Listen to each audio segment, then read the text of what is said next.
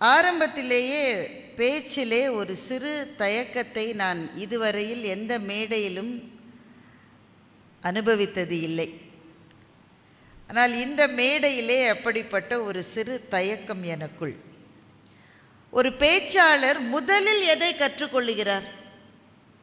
மேடையிலே ஏறி பேசுகின்ற ஒரு பேச்சாளர் முதலில் தெரிந்து கொள்ளுகிற விஷயம் அவர்களினுடைய உணர்வு நிலைகளை எப்படி சமனப்படுத்துவது என்பதைத்தான் முதலிலே தெரிந்து கொள்ளுகிறார். அதாவது இமோஷனலாக ஸ்டேஜில் இருக்கவே கூடாது. உங்களுக்கு உடனே ஒரு கேள்வி வரும், இல்லையே நிறைய பேச்சாளர்கள் இமோஷனலாக தானே. அது இமோஷனே கிடையாது. அது அந்த இமோஷனை கண்ட்ரோல் பண்ணி எந்த இடத்துல நிறுத்தணுமோ எப்படி நிறுத்துறது என்பதைத்தான் ஒரு பேச்சாளர் முதலில் கற்றுக்கொள்கிறார். எனக்கு கூட பல பேர் அட்வைஸ் பண்ணுவாங்க, நீங்கள் மேடையில் ரொம்ப உணர்ச்சி வசப்படுறாதீங்க அப்படின்னு. அவ்வளோ உணர்ச்சி வசமே அவ்வளோலாம் கிடையாது, அதோட கீழே தான் அது. ஆனால் பார்க்கிற உங்களுக்கு ஐயா சொன்னார் அல்லவா, அறிஞர் அண்ணா அவர்கள் உருவத்தில் கொஞ்சம் உயரம் கம்மியானவர் தான். ஆனால் மேடையில் பேசுகிற போது ஒரு விஸ்வரூபம் மாதிரி அது தெரியும்னு ஐயா சொன்னாங்க. இப்படிதான் ஒரு பேச்சாளரை நீங்கள் பார்ப்பது கண்ட்ரோல்டு எமோஷன்ஸ் தானே தவிர அவர்களை மீறி செல்கிற உணர்வோடு இருக்கிறவர் பேச்சாளராகவே ஆக முடியாது. ஆனால் இன்றைக்கு அந்த விதியிலிருந்து எனக்கு ஒரு விலக்கு அளிக்க வேண்டுமாய் இந்த 54ஆம் ஆண்டு விழாவை கொண்டாடி கொண்டிருக்கின்ற பொள்ளாச்சி தமிழிசை சங்கத்தை நான் பணிவோடு கேட்டுக்கொள்கின்றேன்.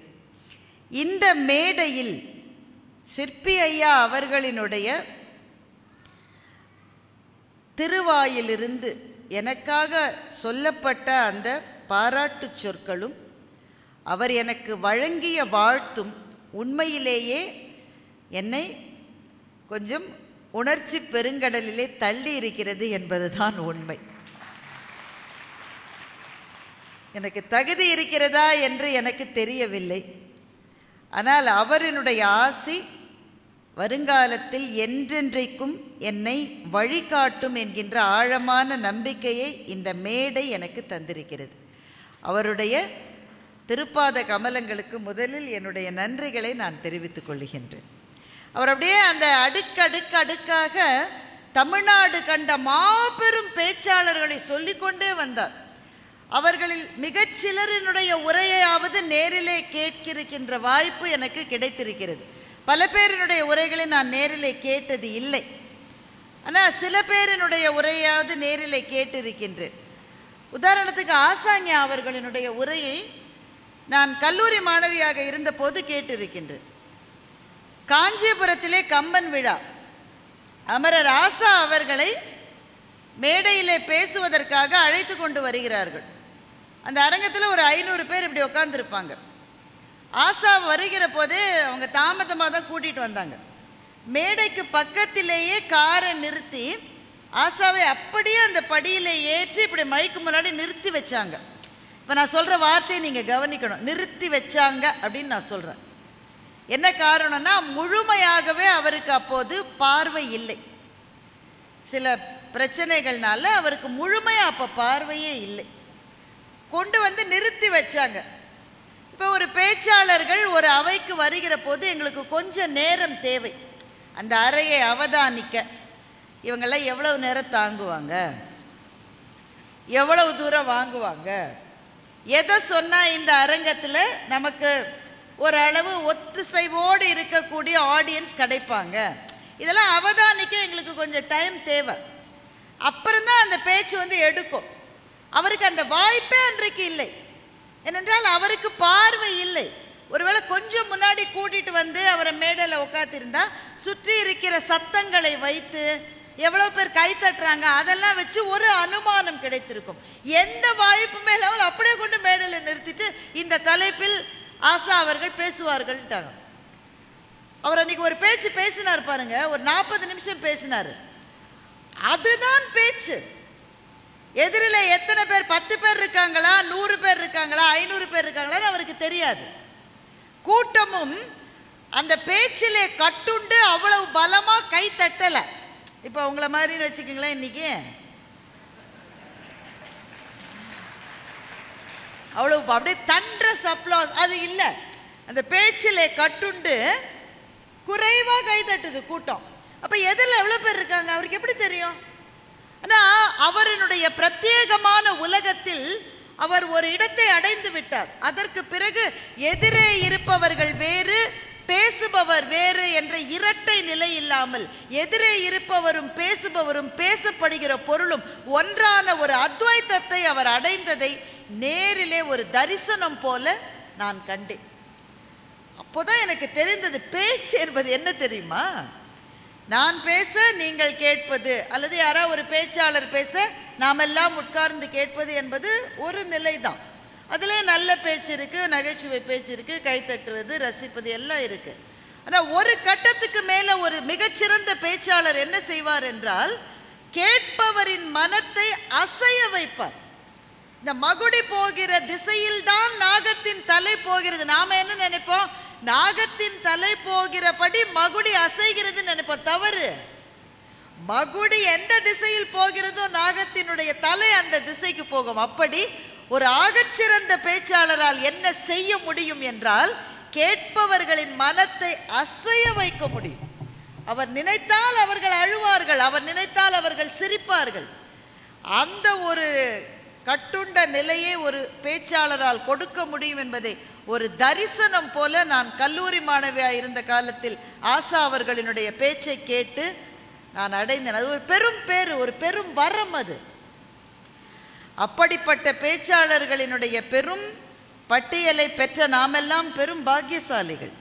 அவர்கள் அத்தனை பேரின் பேச்சையும் கேட்ட சிற்பி ஐயா அவர்கள், அவரே மிக மிக மிக சிறந்த ஒரு பேச்சாளர், ஆராய்ச்சியாளர், எழுத்தாளர். அவர் என்னுடைய திருவாயினால் இன்றைக்கு எனக்கு கிடைத்த வாழ்த்து என்பது என் வாழ்நாள் முழுவதும் என் கூட வரப்போகின்ற ஒரு ஆசீர்வாதமாக நான் நினைக்கின்றேன். அதனால் கொஞ்சம் ஒரு இமோஷனலாக தான் இருக்கேன். இப்போ பொள்ளாச்சி தமிழிசை சங்கத்தினுடைய 54வது ஆண்டு விழாவில் என்னை பேச்சாளராக அழைப்பது என்பது ஒன்று, எனக்காக இங்கே தரப்பட்ட அந்த பட்டம் என்பது மிக மிக பெரிய கௌரவம். அதை கொடுத்ததற்கு இந்த சபைக்கும் அந்த தமிழ்ச்சங்கத்தை நிறுவிய சான்றோர்கள் பொள்ளாச்சி மகாலிங்கம் ஐயா அவர்களிலிருந்து வாழையடி வாழையாக வந்து கொண்டிருக்கின்ற அந்த சான்றோர் பெருமக்களையும், இன்றைக்கு செயலராகவும் உறுப்பினர்களாகவும் இருக்கிற அத்தனை பேரையும் நான் இந்த மேடையிலே என்னுடைய கரம் குவித்து பணிந்து வணங்குகின்றேன். பொள்ளாச்சி மக்கள் பெரும் ரசிகர்கள் என்று எனக்கு தெரியும். ஆழமான சிந்தனைகளுக்கு உங்களினுடைய மண்ணில் தைரியமாக இறங்கி ஒரு பேச்சாளர் பேசலாம். ஆனால் அந்த சிந்தனைகளை நீங்கள் வாங்குகிறீர்கள் என்பது எனக்கு எப்படி தெரியும்?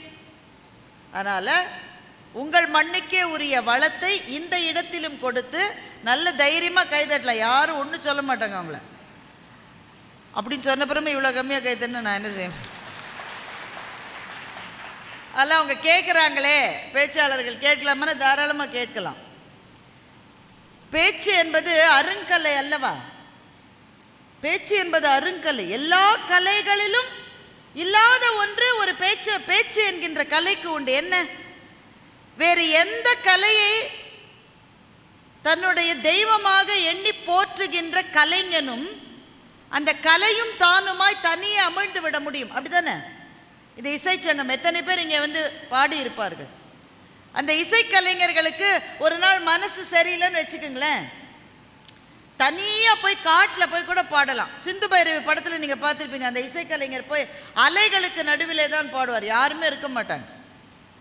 இதோ இங்கே நடனக்கலைக்கே தலைவராயிருக்கிற நடராஜ பெருமானனுடைய திருவுருவம் இங்கே இருக்கிறது. ஒரு நடன கலைஞரும் அதை செய்யலாம். தனியாக கதவை சாத்திட்டு ஆடலாம். நடராஜ பெருமானுடைய சிலை மாத்திரம் இருந்தால் போகிறோம். ஒரு ஓவியன் தனியாக இருக்கிறது தான் விரும்புவாங்க. 10 பேர் பின்னாடியே இருந்தால் அப்படியே கொஞ்சம் லெஃப்டில் இழு வரையவே வராது. தனியாக இருந்தால் தான் வரையவே முடியும். ஒரு சிற்பியும் அப்படித்தான், தனியே இருக்க முடியும். ஒரு சமையல் கலைஞர் அவ்வளோதான். நிறைய பெண்கள் வந்திருக்கீங்க. உண்மையிலேயே நல்ல சமையல் எப்போ அமையும்னா, வீட்டுக்காரர் தொந்தரவே பண்ணாத ஒரு நாள் தான் நல்லா அமையும். பக்கத்திலேயே இருந்து அது இதுன்னு சரியாக வராது. அப்போ பாக்கி எந்த கலையை நீங்கள் எடுத்துக்கொண்டாலும் கலைஞன் தன்னில் தானே அமிழ்ந்து தனியாக அந்த கலையை ஏற்றிவிட முடியும். எழுத்தாளன் தனியாக எழுத முடியும். ஒரே ஒரு கலையை செய்கிற கலைஞன் மாத்திரம் தனியா அதை செய்யவே முடியாது. எது அது? தனியா பேசிட்டு இருந்தா ஹாஸ்பிட்டல் அட்மிட் பண்ணிடுவாங்க. எனவே பேச்சு என்கிற ஒரு கலை தான் பேசுபவர் கேட்பவர் என்று இருவராய் இருந்து பிறகு இருவரும் இணைகின்ற ஒரு ரசவாதம் நிகழ்கின்ற கலை பேச்சுக்கலை. ஐயா அவர்கள் ஜீவாவினுடைய பேச்சை பற்றியெல்லாம் சொன்னார்கள். எனக்கு கண்ணீரே வந்துவிட்டது. நான் நேரே கேட்டதில்லை. ஆனால் அவர் பேச்சை கேட்ட எங்கள் நடுவர் அதை பற்றி எனக்கு சொல்லி அவர் சொல்றார், ஜீவாவினுடைய பேச்சை கேட்கும்போது ஒரு சொல் மனசுல வருமா, ராட்சசையா அப்படின்ற சொல் மனசுல வருமா, அப்படி பேசுவார் ஜீவா என்று எங்கள் நடுவர் சொல்லுவார். அந்த பெரும் பட்டியலில் மிக மிக தகுதி குறைவு உடைய என்னை போன்ற சிலர் கடைசியில் நிற்கின்றோம். சிற்பி ஐயா போன்றவர்கள் எங்களுக்கு காட்டுகிற வழிகாட்டுதல்களினால் எங்களினுடைய பேச்சு இன்னும் மேன்மேலும் செல்லுவதற்கான ஒரு பாதையை நீங்கள் அமைத்து கொடுத்திருக்கிறீர்கள். அதனால் திரும்ப திரும்ப உங்களுக்கு என்னுடைய நன்றியை சொல்லுகிறேன். இதையே இவ்வளவு நன்றி சொல்றேன்னா, ஏற்புரையும் உங்கள் பேச்சும் ஒன்றாவே பேசுறீங்க, 2 தடவை பேச வேணான்னு ஐயா சொன்னார். அதனால் இதையே என்னுடைய ஏற்புரையாகவும் நீங்கள் கருதி கொள்ள வேண்டும். சகோதரி கல்பனா அம்மையார் அவர்கள் என்னை பற்றிய முன்னுரையை இங்கே அளித்தார்கள். சி சுப்பிரமணியம் ஐயா அவர்களினுடைய குடும்பத்தை சார்ந்தவர் அவர் என்று சிற்பி ஐயா எனக்கு சொன்னார். பாருங்க, வாழ்க்கையில் சில சமயம் சில அபாரமான பொருத்தங்கள் வந்து சேரும். அப்படிதான் இன்னைக்கு வந்திருக்கு. நான் 10ஆம் வகுப்பு மாணவியாக சென்னையிலே ராணி மெய்யம்மை பள்ளியிலே படித்து கொண்டிருக்கிறேன். அந்த பள்ளியிலே தலைமை ஆசிரியர் ஒரு நாள் என்னை கூப்பிட்டு, சென்னையிலே வெள்ளையஞ்செட்டியார் பள்ளி என்று ஒரு பள்ளி இருக்கிறது, அந்த பள்ளியில் பேச்சு போட்டி நடத்துகிறாங்க, நீ போய் பேசுறியான்னு கேட்டாங்க. எனக்கு எப்பவுமே ஒரு கெட்ட வழக்கம் பாருங்க, மற்றவங்க முன்னால் அது என்னால் முடியாதுன்னு சொல்கிறது நம்ம கெத்துக்கு கொஞ்சம் கம்மின்னு எனக்கு ஒரு எண்ணம் எப்போவுமே. அதனாலே பல சமயம் ரொம்ப துயரத்தை அனுபவிச்சிருக்கேன். அது வேறு விஷயம். அன்றைக்கி தலைமை ஆசிரியர் கேட்ட உடனே என்ன போட்டி, என்ன இல்லை கேட்கணுமா வேணாமா, 10ஆம் வகுப்பு தான் நான் படிக்கிறேன், நான் என்ன கேட்டிருக்கணும், எங்கே போட்டி நடக்குது, யாரெல்லாம் வருவாங்க, என்ன தலைப்பு, இதெல்லாம் மொதல் வேலையை நான் போகிறேன்னு சொல்லிட்டேன். அப்போ அன்றைக்கி பேச்சு போட்டி நடத்துகிற நாள் அன்றைக்கு எங்கள் அப்பா என் கூட வந்திருந்தார். மறக்க முடியாத ஒரு நாள் அது. அப்பாவும் நானும் கிளம்பி ரொம்ப தூரம் பயணம் செஞ்சு, அப்போல்லாம் பஸ்ஸே எங்களுக்கு கஷ்டம், பாதி தூரம் நடந்து பாதி தூரம் பஸ்ஸில் வெள்ளையஞ்செட்டியார் பள்ளிக்கு போனால், அங்கே போன உடனே அதுக்கு முந்தின நாள் தான் எங்கள் பள்ளியில் சொன்னாங்க, என்ன தலைப்பு மிஸ், தலைப்பே சொல்லலையே, நான் எப்படி தயாரிக்கிறேன், தலைப்பை இப்போ சொல்ல மாட்டாங்க, எக்ஸ்டம் போகிறது, நீ போன உடனே உனக்கு 15 நிமிஷம் டைம் கொடுத்து தலைப்பு கொடுப்பாங்க. இதை முன்னாடியே சொல்லியிருக்க கூடாதா? அங்கே போன உடனே தான் தலைப்பு கொடுத்தாங்க. என்னவோ என்னுடைய நல்லூழ் என் பாட்டன் பாரதி எப்போதும் என் கூட வருவான், கூட இருந்து அருள் புரிகிற தெய்வம் அவன். அதனால் அன்றைக்கு தலைப்பு மகாகவி பாரதியினுடைய வாழ்க்கையிலிருந்து ஒரு கவிதை வரியை கொடுத்து பேச சொன்னார்கள். ஓரளவு நல்லா பேசினேன்னு நினைக்கிறேன். ஏன்னா எனக்கு முதல் பரிசு கிடைத்தது அந்த போட்டியிலே. அது ஒரு தங்கப்பதக்கம். எங்கள் வீட்டில் நாங்கள் 3 பொம்பளை பிள்ளைங்க. 1 சவரன் தங்கம்ன்றது எவ்வளோ பெரிய விஷயம் தெரியுமா? இன்றைக்கே ரொம்ப பெரிய விஷயம். தங்கத்தினுடைய விலையை பார்த்துட்டு தான் வந்திருப்பீங்க நீங்கள்லாம். அன்றைக்கும் அது ரொம்ப பெரிய விஷயந்தான். 3 பொம்பளை பிள்ளைங்க இருக்கிற வீட்டில் 1 பவுன்றதே பெரிய விஷயந்தான். எனக்கு படு சந்தோஷம். அப்புறம் போட்டியெல்லாம் முடிஞ்ச பிறகு பரிசளிப்பு விழா. பரிசளிப்பு விழாவிலும் என்னை பேச வைத்தார்கள். முதல் பரிசு வாங்கிய மாணவின்றதுனால திரும்பவும் அதே பேச்சு திரும்ப பேசுன்னு சொன்னாங்க. அன்றைக்கு எனக்கு பரிசு கொடுத்தவர் ஐயா சி சுப்பிரமணியம் ஐயா அவர்கள் தான். அவர் என்னுடைய பேச்சை கேட்டார். அம்மாவுக்கு தெரிஞ்சிருக்கும், அவர் அதிகப்படியாக வெடித்து பேசுகிறவர் அல்ல, ரொம்ப குறைவாக தான் பேசுகிறவர். அப்போ எல்லாரும் வந்து அப்போ வயசு கம்மியான பிள்ளைகள் பேசினா நமக்கு சந்தோஷமாக இருக்குல்ல. இப்போ கூட அப்படி தானே, பேச்சு போட்டியிலோ பாட்டு போட்டியிலோ வயது குறைந்தவர்கள் பேசினா நம்ம இன்னும் அதிகமாக ஆதரவு சொல்கிறோம். அப்போ நான் 10ஆம் வகுப்பு மாணவின்றதுனால கூட்டத்தில் பல பேர் நல்லா கைத்தட்டினாங்க. சி சுப்பிரமணியம் இப்படி 2 தடவை கைத்தட்டு சும்மா இருந்துட்டார், ரொம்பலாம் ஒன்றும் கைத்தட்டல. எல்லாம் முடிஞ்சு பதக்கத்தோடு எங்கள் அப்பாவோட வெளியில் வந்து நிற்கிறோம், பஸ் ஸ்டாப்பில் நிற்கிறோம். நாங்கள் ரொம்ப தள்ளி போகணும், பஸ் எங்களுக்கு கிடைக்கல. அப்போ சிஎஸ் ஐயா அவர்களுடைய கார் வெளியில் வருது. எங்களை பார்த்துட்டு காரை நிறுத்தினார். நிறுத்தி எனக்கும் எங்கள் அப்பாவுக்கும் லிஃப்ட் கொடுத்தாரு. வாழ்க்கையில் அது மட்டும் நான் காரில் ஏறினதே இல்லை. எங்கள் அப்பா வச்சிருந்தது ஒரு சைக்கிள், அதையும் அவர் ஓட்ட மாட்டார், எப்போ உருட்டிட்டு தான் போவார். கார்லியா நமக்கான எனக்கு ஒரு பரவசம். அதில் ஏறின உடனே அவர் சொன்னது அப்படியே ஞாபகத்தில் இருக்குது. எங்கள் அப்பாட்ட தான் பேசிகிட்டு இருந்தார், என்ன செய்கிறீங்க, எங்கே வேலை செய்கிறீங்க. அப்புறம் ஒரு வார்த்தை சொன்னார், உங்கள் மகள் நல்லா பேசுகிறாங்க, பேசக்கூடிய ஆற்றல் அவர்களுக்கு இருக்கிறது. இன்றைக்கும் அந்த தலைப்பிலே சிறப்பாக அவங்க பேசினாங்க. ஒருவேளை அவர்கள் ஒரு நல்ல பேச்சாளராக வரக்கூடும். சில வார்த்தைகளுக்கு எப்படி ஒரு முகூர்த்தம் இருக்கு பாருங்களேன். நல்ல பேச்சாளராக வரக்கூடும் அப்படின்ட்டு ஒன்று சொன்னாங்க. சொல்லலாமான்னு தெரியல, ஏன்னா வீடியோ கேமராலாம் இருக்கு. பேசி பேசி மக்களை குழப்பாமல் பேச்சினால் மக்களுக்கு அறிவுறுத்துகின்ற வகையிலே பேச வேண்டும், அவர்கள்தான் பேச்சாளர்கள் என்று சொன்னார். அவர் சொன்ன வார்த்தை அப்படியே ஞாபகத்திலே இருக்கிறது. ஏன்னா வாழ்க்கையில் சில சம்பவங்கள் நம்முடைய நினைவு தடத்திலிருந்து அகலுவதே இல்லை. அதனால் இன்றைக்கு இந்த மிகச்சிறப்பான விருதை நான் வாங்குகிற போது அன்னாரின் குடும்பத்தை அவர் சொன்ன ஒரு சொல் இதுவரை என் கூட வருகிறது. அந்த குடும்பத்தை சேர்ந்த ஒரு சகோதரி என்னை பற்றி ஒரு அறிமுகத்தை நல்கியது ஒரு அழகான பொருத்தம் என்று நான் நினைக்கின்றேன். எனவே பெருமக்களே, உங்களினுடைய ஊர் பெருமை கொண்ட ஊர். பொள்ளாச்சி சந்தையில் தான் நெல்லை வந்து விற்கணும்னு மருதகாசி பாட்டே எழுதியிருக்கார். அப்படிதானே? உங்கள் ஊர் சந்தையில் தான் விற்கணுமா?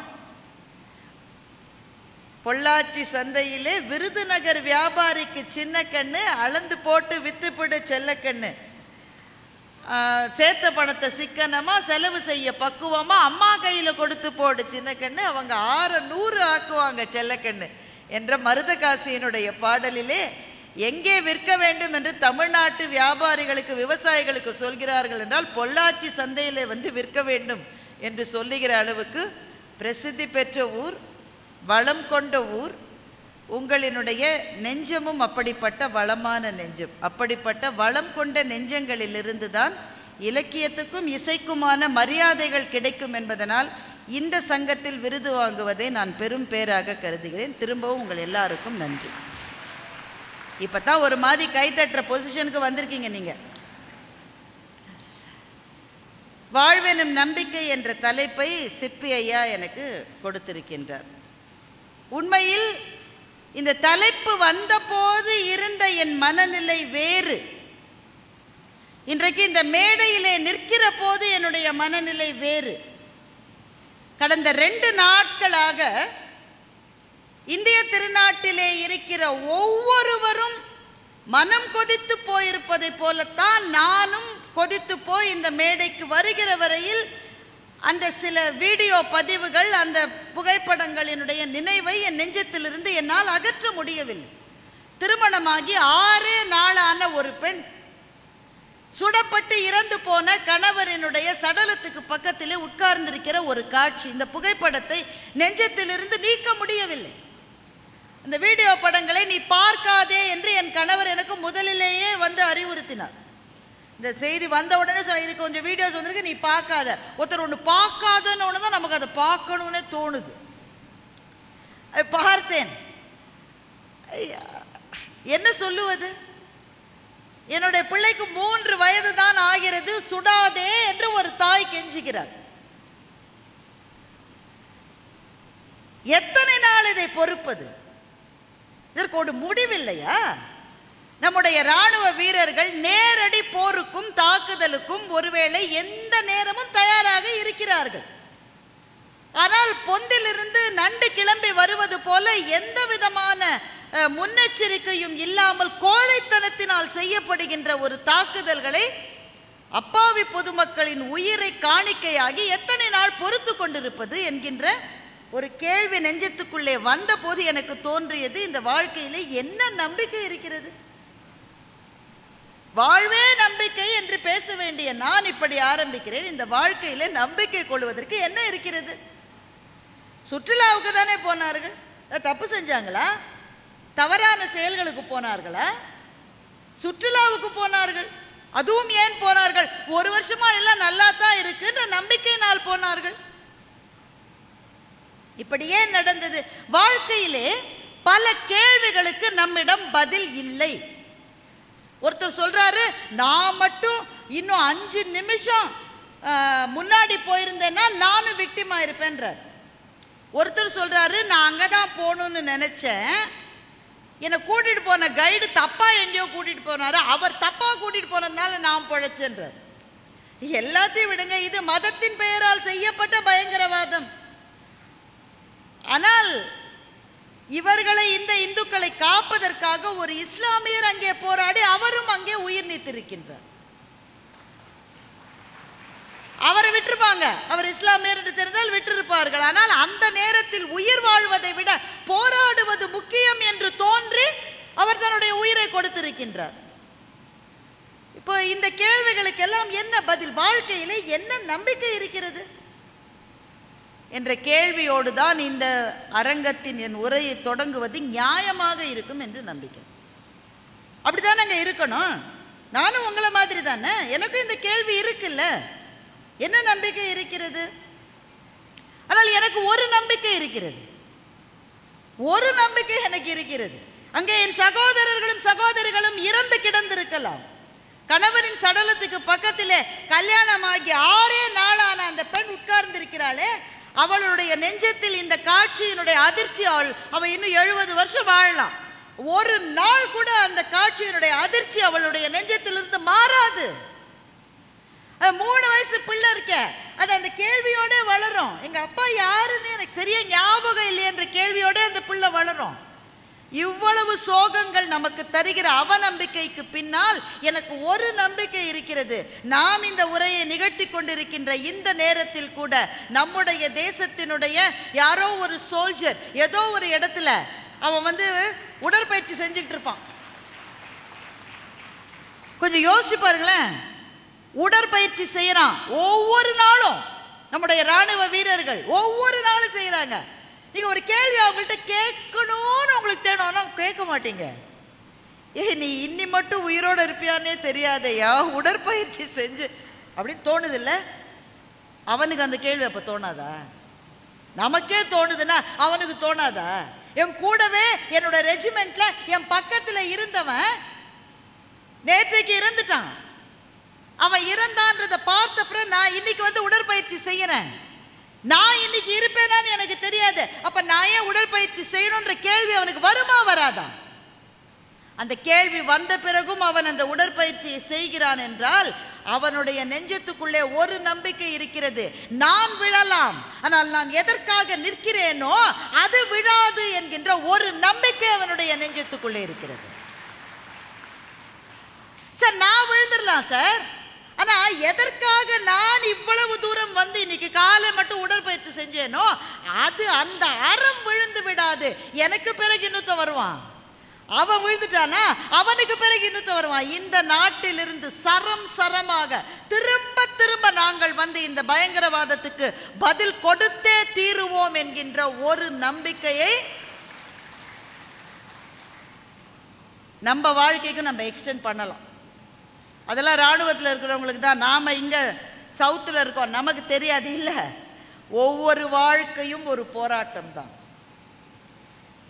இங்க இருக்கிற அத்தனை பேர்ட்டையும் நான் கேட்கிறேன், ஒரு நாடு இன்னொரு நாட்டுக்கு செய்கிற நம்பிக்கை துரோகத்தை பற்றி நிறைய படிக்கிறோம், பேசுறோம், கொதிப்படைகிறோம்.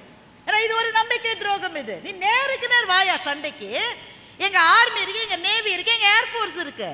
நீ நேருக்கு நேர் வர மாட்டேன்ற கோழையே. நீ பொந்தில இருந்து ஆளை கொடுத்து அனுப்புற, கோவம் வருது, பதறுது நெஞ்சம். this is not only the battle between countries and nations. இது நம்முடைய வீட்ல, நம்முடைய வாழ்க்கையில, நம்முடைய மனசுக்குள்ளே இது இருக்கு. இதே மாதிரியான நம்பிக்கை துரோகங்கள் உண்டா இல்லையா?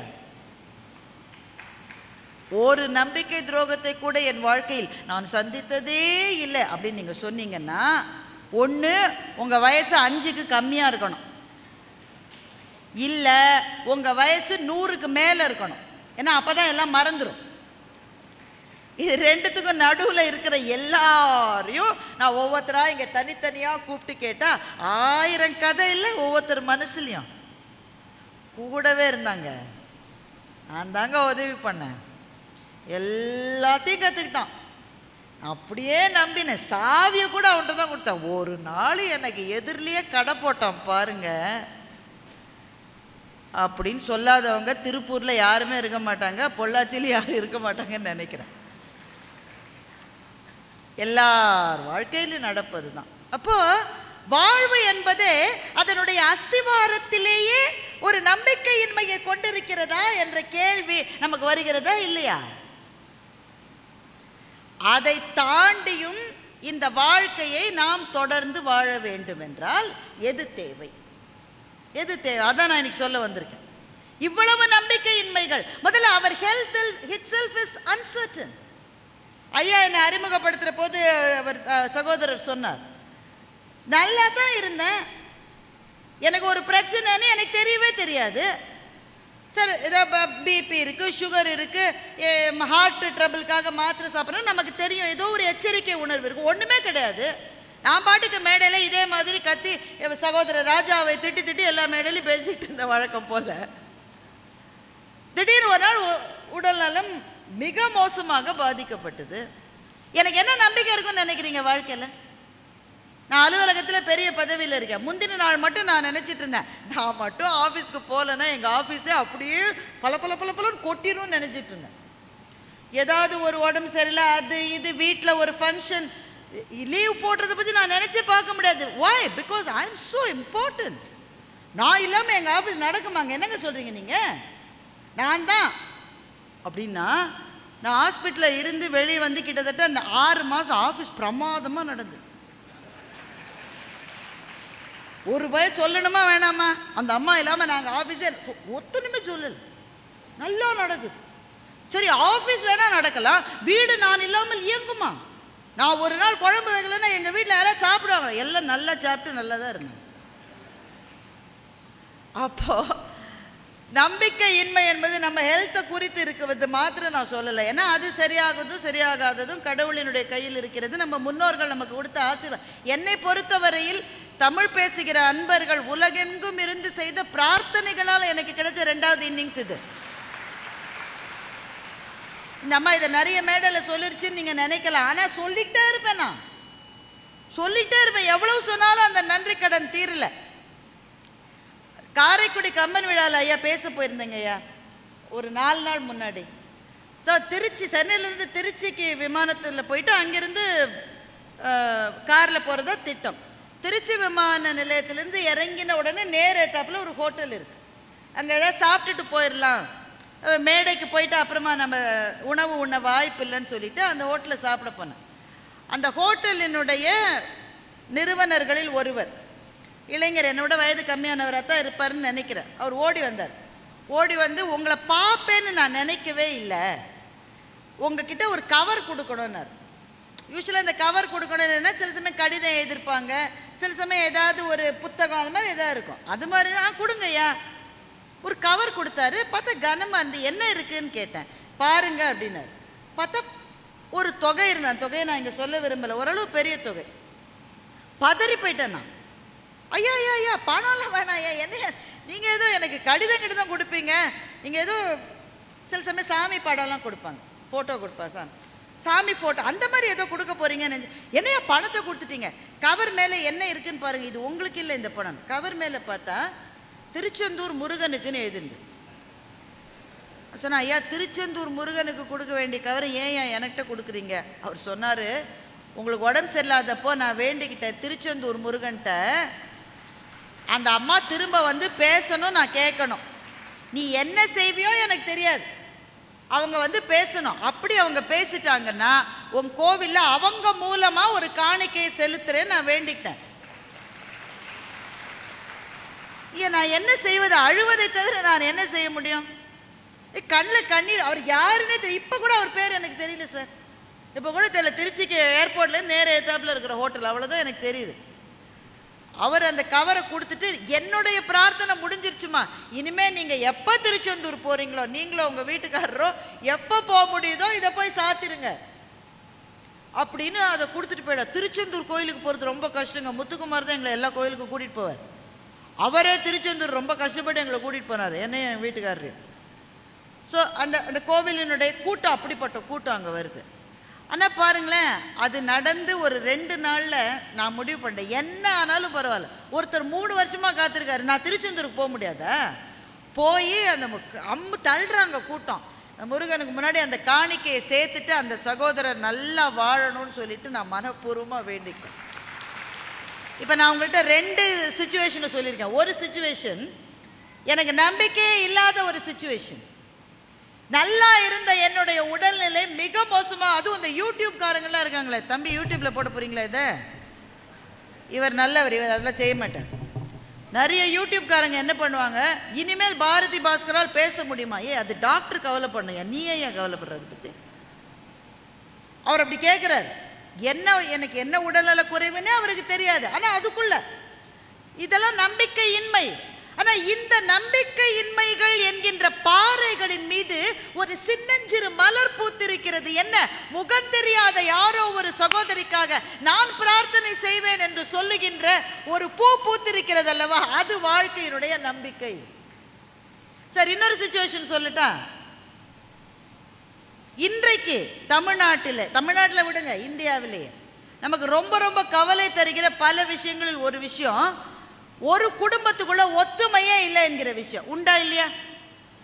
சமூகத்தில் ஒத்துமை இல்லை, தெருவில் ஒத்துமை இல்லை, அரசியல் அதெல்லாம் சகஜமப்பா. அரசியல் அப்படித்தான் இருக்கும், தெருவுனா அப்படித்தான் இருக்கும். ஆனா குடும்பம் என்பது ஒற்றுமைக்கான ஒரு மையம்னு தானே நமக்கு சொல்லி வளர்த்துருக்காங்க, அப்படித்தானே? இல்லாட இந்த நாட்டிலேயே சார் ராமாயணம்ன்ற இதிகாசத்துக்கு இவ்வளவு பெரிய பேரு. எத்தனை பழைய கதை சார், எத்தனை பழைய கதை, எத்தனை முறை கேட்டிருக்கோம், எவ்வளவு உரைகள், எவ்வளவு புத்தகங்கள். இது அத்தனையும் கேட்ட பிறகும் திரும்ப அந்த கதை ஏன் வாழுகிறது என்றால் அது சொல்லுகிற அந்த சகோதரத்துவத்தின் மீது நமக்கு இருக்கிற ஒரு ஈர்ப்பு. ஆனா இதே நாட்டிலே தான் அண்ணனும் தம்பி எப்படிலாம் அடிச்சுக்கிறாங்கன்றதை நேரம் பார்க்குறோம். சுஜாதா அவர்கள் ஒரு கதை எழுதினார்கள், அதை சில மேடைகளில் சொல்லியிருக்கேன், ஆனால் அது தெரியாதவர்களுக்காக. அண்ணா தம்பி 2 பேர், அண்ணன் டெல்லியில் இருக்கார், தம்பி சென்னையில் இருக்கார். சரியா? அப்பா அப்பதான் இறந்துட்டார். அம்மாவை 2 பேரும் பங்கு போட்டிருக்காங்க. 6 மாதம் அம்மா தம்பிகிட்ட இருக்கணும், அடுத்த 6 மாதம் அம்மாவை டெல்லிக்கு அனுப்பிச்சு அண்ணன்ட்ட இருக்கணும். என்னங்க புரியுதா? இந்த மாதிரி ட்ரீட்டி எல்லாம் நீங்க கேள்விப்பட்டதே இல்லை என்றால் பொள்ளாச்சியிலே வாழ்கிறவர்கள் மிக நல்லவர்கள். இந்த மாதிரி நிறைய ட்ரீட்டி இருக்கு. சுஜாதா இந்த கதையை எழுதுகிறார். சுஜாதா கதை எழுதுறாருன்னா என்ன அர்த்தம்? இந்த கதை எழுதப்பட்டு 25-20 வருஷமாவது ஆயிருக்கணும்னு அர்த்தம். நேற்றுக்கு நம்ம இன்னும் இல்லை, ஏன்னா அவர் காலமாகி கொஞ்ச நாள் ஆயிடுச்சு இல்லையா? கிட்டத்தட்ட 20 வருஷம் முன்னாடி எழுதப்பட்ட கதை. இப்போ தம்பி வீட்டில் அம்மா இருக்காங்க, 6 மாதம் முடிய போகுது. தம்பி என்னுடைய மனைவி வீட்டுக்காரர்கிட்ட என்ன சொல்லுவாங்கன்னு நீங்கள் நினைக்கிறீங்க? கணவரே, மாமியார் இங்கேயே இருக்கட்டுமே அப்படியா சொல்லுவாங்க? என்னங்க இது, அப்படியா சொல்லுவாங்க? என்ன சொல்லுவாங்க? அடுத்த வாரத்தோட 6 மாதம் முடிய போகுது, உங்க அண்ணனுக்கு இப்பவே ஃபோன் பண்ணி அவர் கூட்டிட்டு போறாரா இல்ல நீங்களே இங்கேருந்து ஏற்றி விடுறீங்களான்னு அப்படிதானே சொல்லுவாங்க. எனக்கு ரொம்ப நல்லவங்க மாதிரி எல்லாருமே. அவங்க நச்சரிப்பு பொறுக்க முடியாம தம்பி அண்ணனுக்கு SMS அனுப்புறாரு. 6 months முடிய போகுது, நானே இங்கிருந்து அனுப்பிச்சு விட்டுட்டா நல்ல துணையை பிடிச்சு, இல்ல நீ கூட்டிட்டு போறியா? இவன் அந்த மெசேஜ் அனுப்பிச்சு அடுத்த செகண்ட் டங்குன்னு அண்ணன்ட்டேருந்து மெசேஜ், என்ன வேகமா அனுப்புறாங்கன்றீங்க. என்னை டெப்டேஷனில் ஃப்ரான்ஸுக்கு அனுப்புகிறாங்க எங்கள் ஆஃபீஸில். நான் மட்டும் போக முடியாது, அதனால் உங்கள் அண்ணியும் கூட்டிகிட்டு போகிறேன், இன்னொரு 6 மாதம் நீ வச்சுக்க, திரும்பி வந்தப்புறம் மொத்தமாக 1 வருஷமாக நான் வச்சுக்கிறேன்னு அண்ணன் பதில் அனுப்புகிறோம். இந்த பதிலை கேட்ட உடனே தம்பியின் மனைவி என்ன சொல்லுவார் என்று நினைக்கிறீர்கள்? ஐயோ பாவம், டெப்டேஷனுக்கு அவங்க நல்லபடி போயிட்டு வரட்டும், நான் அப்படியே சொல்லுவாங்க. இதே வேலையா போச்சு உங்க அண்ணனுக்கும் உங்க அண்ணிக்கும். நான் தான் இழிச்சவன் கிடைச்சேன்னா 6 மாசம்னா 6 மாசம், ஒரு நாள் கூடுதலாக வச்சுக்க மாட்டேன். எப்படி சொல்லுவீங்களோ என்ன செய்வீங்களோ எனக்கு தெரியாது. 6 மாசத்துக்கு மேலே இந்த அம்மாவை என்னால் வச்சுக்க முடியாது. அந்த அம்மா சொல்லுது, டேய் ஒருத்தனா வச்சுக்கோங்கடா, அங்கேயும் இங்கேயுமா என்னை பந்தாடாதீங்கடா, முடியலடா எனக்கு அப்படின்னு அந்த அம்மா சொல்லுது. ஆனால் தன் முயற்சியில் சற்றும் மனம் தளராத அண்ணனும் தம்பியும் மாற்றி மாற்றி மெசேஜ் அனுப்பிச்சிக்கிட்டே இருக்காங்க. தம்பி என்ன பண்ணுறான், அவங்க ஃபேமிலிக்கு ஒரு ஃப்ரெண்டு, அதாவது அப்பாவுடைய நண்பர், அப்பா இறந்துட்டாரு, அந்த நண்பர் இருக்கார், அவரை வீட்டுக்கு கூட்டிகிட்டு வரான். எதுக்கு? எப்படியாவது எங்கள் அண்ணன்கிட்ட பேசி கன்வின்ஸ் பண்ணுங்க சார், நியாயம்னு ஒன்று மனுஷனுக்கு இருக்கா இல்லையா? 6 மாதம்னா 6 மாதம் தானே, இவன் அங்கே டெப்டேஷனுக்கு போகிறான், இங்கே டெப்டேஷன் போகிறான்னு பொய் எல்லாம் எங்கள் அண்ணன்ட்ட கண்டித்து பேசி அம்மாவை கூட்டிகிட்டு போங்கன்னு சொல்கிறதுக்காக தன்னுடைய அப்பாவினுடைய நண்பரை தம்பி வீட்டுக்கு வரவழைக்கிறான். அவர் வராரு. வந்தப்புறம், இதை பாருப்பா, இனிமேல் இந்த பிரச்சனை ரொம்ப நாள் இருக்காது, உனக்கும் உங்கள் அண்ணனுக்கும் பிரச்சனை ஓடிக்கிட்டே இருக்குது, ஒவ்வொரு 6 மாதமும் ஏன் உயிரை எடுக்கிறீங்க நீங்கள், இனிமேல் அந்த பிரச்சனை இருக்காது. எப்படி சார் இல்லாமல் போகும்? ஏன்னா உங்கள் அப்பாவுக்கு வர வேண்டிய ஒரு பெரிய சொத்து பொள்ளாச்சியில் இருக்கு, அது மேலே லிட்டிகேஷன் 30 வருஷமாக நடந்துட்டு இருந்தது. உங்கள் அப்பாவே போய் சேர்ந்துட்டாரு, ஆனால் லிட்டிகேஷன் தீர்ப்பு நேத்திக்கு தான் வந்தது நம்ம கோர்ட்டில். உங்கள் அப்பாவுக்கு தான் அந்த இடம் சொந்தம்னு தீர்ப்பாயிருச்சு. அந்த கிரவுண்டு, அந்த பூமி மாத்திரம் கிட்டத்தட்ட 3 கோடி ரூபாய். நீ இனிமேல் எந்த பிரச்சனையும் இல்லை. ஏன்னா உங்கள் அப்பாவோட லீகல் ஹேர் உங்கள் அம்மா தான், அவங்க தான் இருக்காங்க. ஸோ அவங்களுக்கு தான் அது போய் சேரும். அந்த பணத்தை வச்சுக்கிட்டு நான் என்ன பண்ணுறேன், இப்போ நான் கொஞ்சம் வசதியானவர்கள் இருக்கிறதுக்காக முதியோர் இல்லை மாதிரி இருக்குல்ல, அதுலேயோ இல்லை தனியாக அவங்களுக்கு ஒரு வீடு வச்சு கொடுத்து 4-5 பேர் வேலைக்கு போட்டு உங்கள் அம்மாவுக்கு இருக்கிற காலம் மட்டும் அங்கே இருந்துட்டு போட்டுமே அப்படின்னு நான் நினைக்கிறேன். நீ என்ன சொல்கிற அப்படின்னு நண்பர் கேட்டார். தம்பி என்ன பண்ணியிருப்பான்னு நினைக்கிறீங்க? உடனே அண்ணனுக்கு SMS அனுப்புகிறான். அன்புள்ள அண்ணா, நானும் சிந்தித்து பார்த்தேன், தாயிற் சிறந்ததொரு கோவிலும் இல்லை,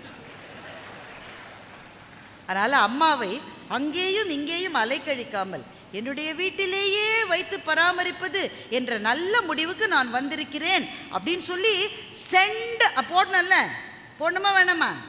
சென்ட் அந்த ஆரோவில் கை வைக்கிறதுக்குள்ள டிங்குன்னு அங்கேருந்து ஒரு மெசேஜ் வந்து அண்ணன்ட்ட இந்த மெசேஜ், தம்பி நான் சிந்தித்து பார்த்தேன், டெப்டேஷன் முக்கியமா அம்மா முக்கியமா? அம்மாதான் முக்கியம் என்ற முடிவுக்கு நானும் அண்ணியும் வந்து விட்டோம். நாங்கள் இந்த மெசேஜ் உனக்கு வருகிற நேரத்தில் நாங்கள் ஏர்போர்ட்டில் இருப்போம். அம்மாவை நாங்களே ஏன்னா தம்பிகிட்ட சொன்ன அவர் அண்ணன்ட்ட சொல்லாமல் இருந்திருப்பாரா அப்படின்னு அண்ணன்ட்டேருந்து மெசேஜ் வந்துருச்சு. தம்பி மெசேஜ் அனுப்பத்துக்குள்ள அண்ணன் அனுப்பிச்சிட்டா, நான் வந்து சேர்ந்துடுறேன்னு சொல்லி. சுஜாதா இந்த இடத்தில் கதையை முடித்து விட்டார். அந்த அம்மா என்ன செஞ்சாங்க, அண்ணன்ட்ட போனாங்களா தம்பிகிட்ட போனாங்களா தனியாக இருந்தாங்களா நமக்கு தெரியாது. 3 கோடி ரூபாய் எப்போ வந்து அதுவும் நமக்கு தெரியாது. ஆனால் கதை முடிஞ்சிட்டு டிங் என்ற சத்தத்தோடு SMS வந்தது, அதோட முடிச்சிட்டாரு சுஜாதா கதை. கதை இங்கே முடிந்து விட்டது. ஆனால் இதற்கு பிறகுதான் நம் கவனம் அந்த விஷயத்துக்கு போகிறது. இப்படி தானே இருக்கு. அண்ணனுக்கும் தம்பிக்குமான சண்டைகள், அக்காவுக்கும் தங்கைகளுக்குமான சண்டைகள், சொத்து விஷயமா வேற ஏதோ ஒரு விஷயமா. எங்க அக்காவே என்னை மதிக்கலைன்னு ஒரு அம்மா என்கிட்ட வந்து சொல்லிச்சு. எங்க சொந்த அக்காங்க என்னை மதிக்கலைங்க.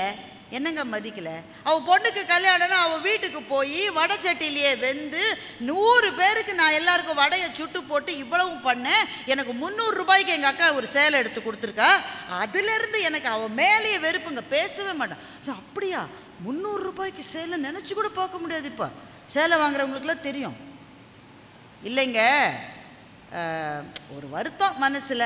எப்போங்க கல்யாணம் நடந்தது உங்கள் அக்கா பொண்ணுக்கு? போன வாரமா? இல்லைங்க. போன வருஷமா? இல்லைங்க. எப்போங்க நடந்தது? அதாச்சு 23 வருஷங்க. 23 வருஷமா 300 ரூபாய் சேலையே ஒரு அம்மா நினைச்சிட்டு இருக்கு. யார்கிட்ட? சொந்த அக்கா தங்க. இதெல்லாம் நிறைய இப்போ நான் சொல்லும் போதே உங்கள் மனசில் சில பேருக்கு அவர்களினுடைய சொந்த வாழ்க்கை நினைவு வரும், சில பேருக்கு பக்கத்து வீட்டுக்காரங்களுடைய வாழ்க்கை. எவ்வளவு தூரம் இந்த உறவுகள் ஃபிலிம்ஸியாக இருக்குல்ல, ஃபிலிம்ஸியாக இருக்கு. தொட்டால் சுருங்கி விடுகின்ற அந்த அனிச்சப்பூ போல உறவுகள் ஏன் இப்படி ஆயிடுச்சு? பெரும் நம்பிக்கையின்மை. இந்த நம்பிக்கையின்மைக்கு நடுவிலே, இந்த பாறைகளுக்கு நடுவிலே ஒரு மலரை நான் பார்த்தேன். அந்த மலரை பற்றி தான் இப்போ நான் சொல்ல போகிறேன். இன்னைக்கு நடந்தது சுஜாதாவோட கதையாது 20 வருஷம் முன்னாடி வந்த கதை. இப்போ நான் சொல்றது இன்னைக்கு நடந்தது. முத்துக்குமார் சாரும் நானும், அவர் தான் கூட்டிகிட்டு வந்தார் கோயம்புத்தூர் ஏர்போர்ட்லேருந்து. சாப்பிட்றதுக்காக நாகர்கோவில் ஆரியபவன் ஹோட்டலுக்கு போயிருந்தோம். நாங்கள் உட்காந்து சாப்பிட்டுட்டு இருந்த போது பக்கத்தில் 3 பெண் ஒரு ஆண், எல்லாருமே நடுத்தர வயதை தாண்டியவர்கள், 50-60 வயசு இருக்கக்கூடியவங்க. 3 பெண்ணு ஒரு ஆண். அவங்க வந்து சொன்னாங்க, உங்கள் பேச்சு ரொம்ப பிடிக்கும், உங்களோட படம் எடுத்துக்கலாம். இது பொதுவாக இந்த சாப்பிட்றப்போ படம் எடுத்தால் ரொம்ப கஷ்டங்க. சாப்பிட்றப்போ படம் எடுத்தால் ஏற்கனவே நம்ம படங்கள் பிரமாதமாக இருக்கும், சாப்பிட்ற போது எடுத்தால் எப்படி இருக்கும் யோசிச்சு பாருங்க. ஆனால் சார் அன்பாக கேட்குறாங்க, நம்ம ஒன்றும் சொல்ல முடியாது, எடுத்துக்கலான்னுட்டு. நீங்கள் நமக்கு ஒரு வார்த்தை தானே, யார் எங்கேருந்து வரீங்க? அந்த 4 பேரில் 3 சிஸ்டர்ஸும் ஒரு பிரதர், அவங்க 3 சகோதரிகள் ஒரு சகோதரர். இந்த காம்பினேஷனில் யாராவது சாப்பிட வந்து நீங்கள் பார்த்துருக்கீங்களா? நான் பார்த்ததில்லை.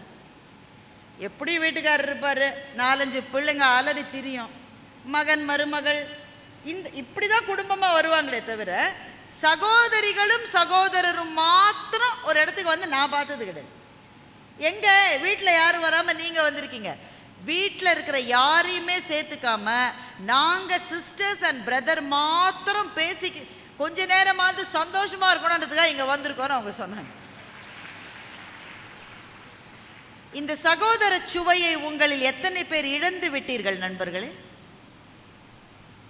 நம்ம கையை பிடிச்சிட்டு வளர்ந்த அண்ணாவோ அக்காவோ தங்கையோ தம்பியோ, அந்த உறவு எவ்வளோ புனிதமானது இல்லை?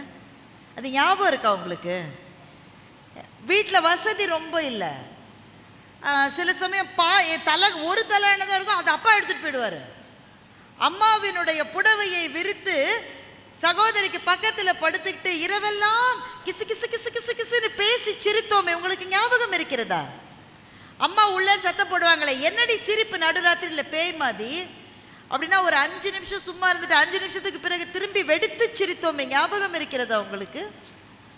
அண்ணனும் தம்பியும், என் தம்பியை எவன்டா அடித்தவன் அப்படின்னு அண்ணன் உங்கள் கிளாஸுக்கு வந்து மிரட்டினானே, அது உங்களுக்கு ஞாபகம் இருக்கா? அப்படித்தானே ஆரம்பித்தோம் வாழ்க்கையை. எந்த புள்ளியில் விலகினோம்? எந்த நேரத்தில் நம்முடைய பாதைகள் பிரிந்தன? எந்த கட்டத்திலிருந்து நம்ம வீட்டில் இருக்கிற செய்தியெல்லாம் அவங்களுக்கு சொல்ல வேண்டான்ற முடிவை எந்த கட்டத்திலே எடுத்தோம்? அண்ணன் பொண்ணுக்கு கல்யாணம் நிச்சயம் இருக்குன்ற செய்திய 3வது மனுஷன் மூலமா கேள்விப்பட்டு மறைவிலே அழுத தம்பிகள் இங்கே எத்தனை பேர் இருக்கிறீர்கள்? ஏன் சொல்லல அண்ணன்? ஏன் சொல்ல? அவங்க மனைவி சொல்லியிருப்பாங்க, இப்பவே சொல்ல வேணாம், கொஞ்சம் எல்லாம் இதுவானதுக்கு அப்புறம் சொல்லலாம், அவங்க வீட்லேயும் ஒரு பொண்ணு இருக்குது, அதுக்கு இன்னும் நிச்சயமா இல்லை, ஒரு கண்ணை போல் இன்னொரு கண்ணு இருக்காது அப்படின்னு சொன்னதுக்காக அண்ணன்ட்ட கூட சொல்லாமல் அப்புறமா சொல்லலான்னு தள்ளி போட்ட சில பேர் இருக்கத்தானே செய்கிறாங்க. அப்போ இவ்வளவு நம்பிக்கையின்மைக்கு மத்தியில் இதோ நான் சந்தித்த ஒரு குடும்பம், எங்கள் வீட்டுக்காரரு, பிள்ளைங்க, மகன், மருமகள் எல்லாரையும் கூட்டிகிட்டு வந்திருக்கலாம் தானே, ஜாலியாக இருக்கும் தானே? ஜாலியாக தான் இருக்கும். ஆனால் நாங்கள் ஒருத்தருக்கு ஒருத்தர் பேசிக்கிற மாதிரியான ஒரு சந்தோஷம் அதில் இருக்காது. ஏன் உங்களுக்கு மிடில் ஏஜ் வந்த பிறகு உங்கள் அண்ணனையோ தம்பியோ அக்காவையோ தங்கையோ விட்டுறாதீங்கன்னு நான் ஏன் கேட்குறேன்? உங்கள் இறந்த காலத்தோடு உங்களுக்கு இருக்கிற ஒரே தொடர்பு அது மாத்திரம்தான். அப்பாவும் அம்மாவும் விடை பெற்று போய் விடுவார்கள் ஒரு கட்டத்துக்கு பிறகு, வேற வழி இல்லை, அதுதான் இயற்கையினுடைய நியதி. நீங்க சின்ன பிள்ளைல எப்படி இருந்தீங்க? உங்களுக்கு எது பிடிக்கும் எது பிடிக்காது? ஓடி போய் சிவாஜி சார் படத்துக்காக கியூல நின்று டிக்கெட் கிடைக்கலன்னு அழுதவங்க ஞாபகம் இருக்கா அப்படின்னு உங்க பிள்ளைகிட்ட சொன்னா, இவன் வேற வேலை இல்லை, நையின்னு இதையே சொல்லு.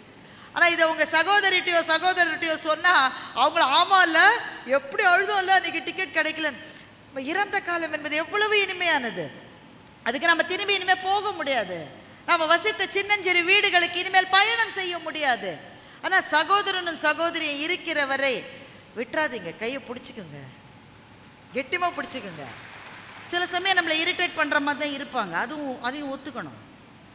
என்ன இரிட்டேட் பண்ணாலும் அந்த உறவினுடைய தனித்துவத்துக்கு நிகர் என்பது எதுவும் கிடையாது. அப்போ இவ்வளவு நம்பிக்கையின்மை வாழ்க்கையில் இருக்கிறது. ஆனால் ஏதோ ஒரு நம்பிக்கை என்கின்ற மலர் சில சமயத்தில் பூக்கத்தானே செய்கிறது. அப்போ இந்த வாழ்க்கை என்பது நம்பிக்கையா நம்பிக்கை இல்லையா? அதுவும் இருக்கு இதுவும் இருக்குன்னே இந்த அம்மா பேசிட்டு போயிருச்சு. சில பேர்ல எங்க நடுவர் அப்படி செய்ய மாட்டாரு, சில பட்டிமன்றங்களில் இதுவும் சரி அதுவும் சரி தீர்ப்பு கொடுக்குற மாதிரி ரெண்டுமே இருக்குன்னு இந்த அம்மா பேசிட்டு போயிருச்சுன்னா வாழ்க்கை என்பது நம்பிக்கையா நம்பிக்கையின்மையா? எது இந்த வாழ்க்கை? உங்களை பார்த்து ஒரு கேள்வி கேட்கிறேன். சகிக்கவே முடியாத துயரங்கள் சில பேருக்கு ஏன் வருகின்றன? they don't deserve it ன்னு நாம நினைக்கிறோம். they don't deserve it.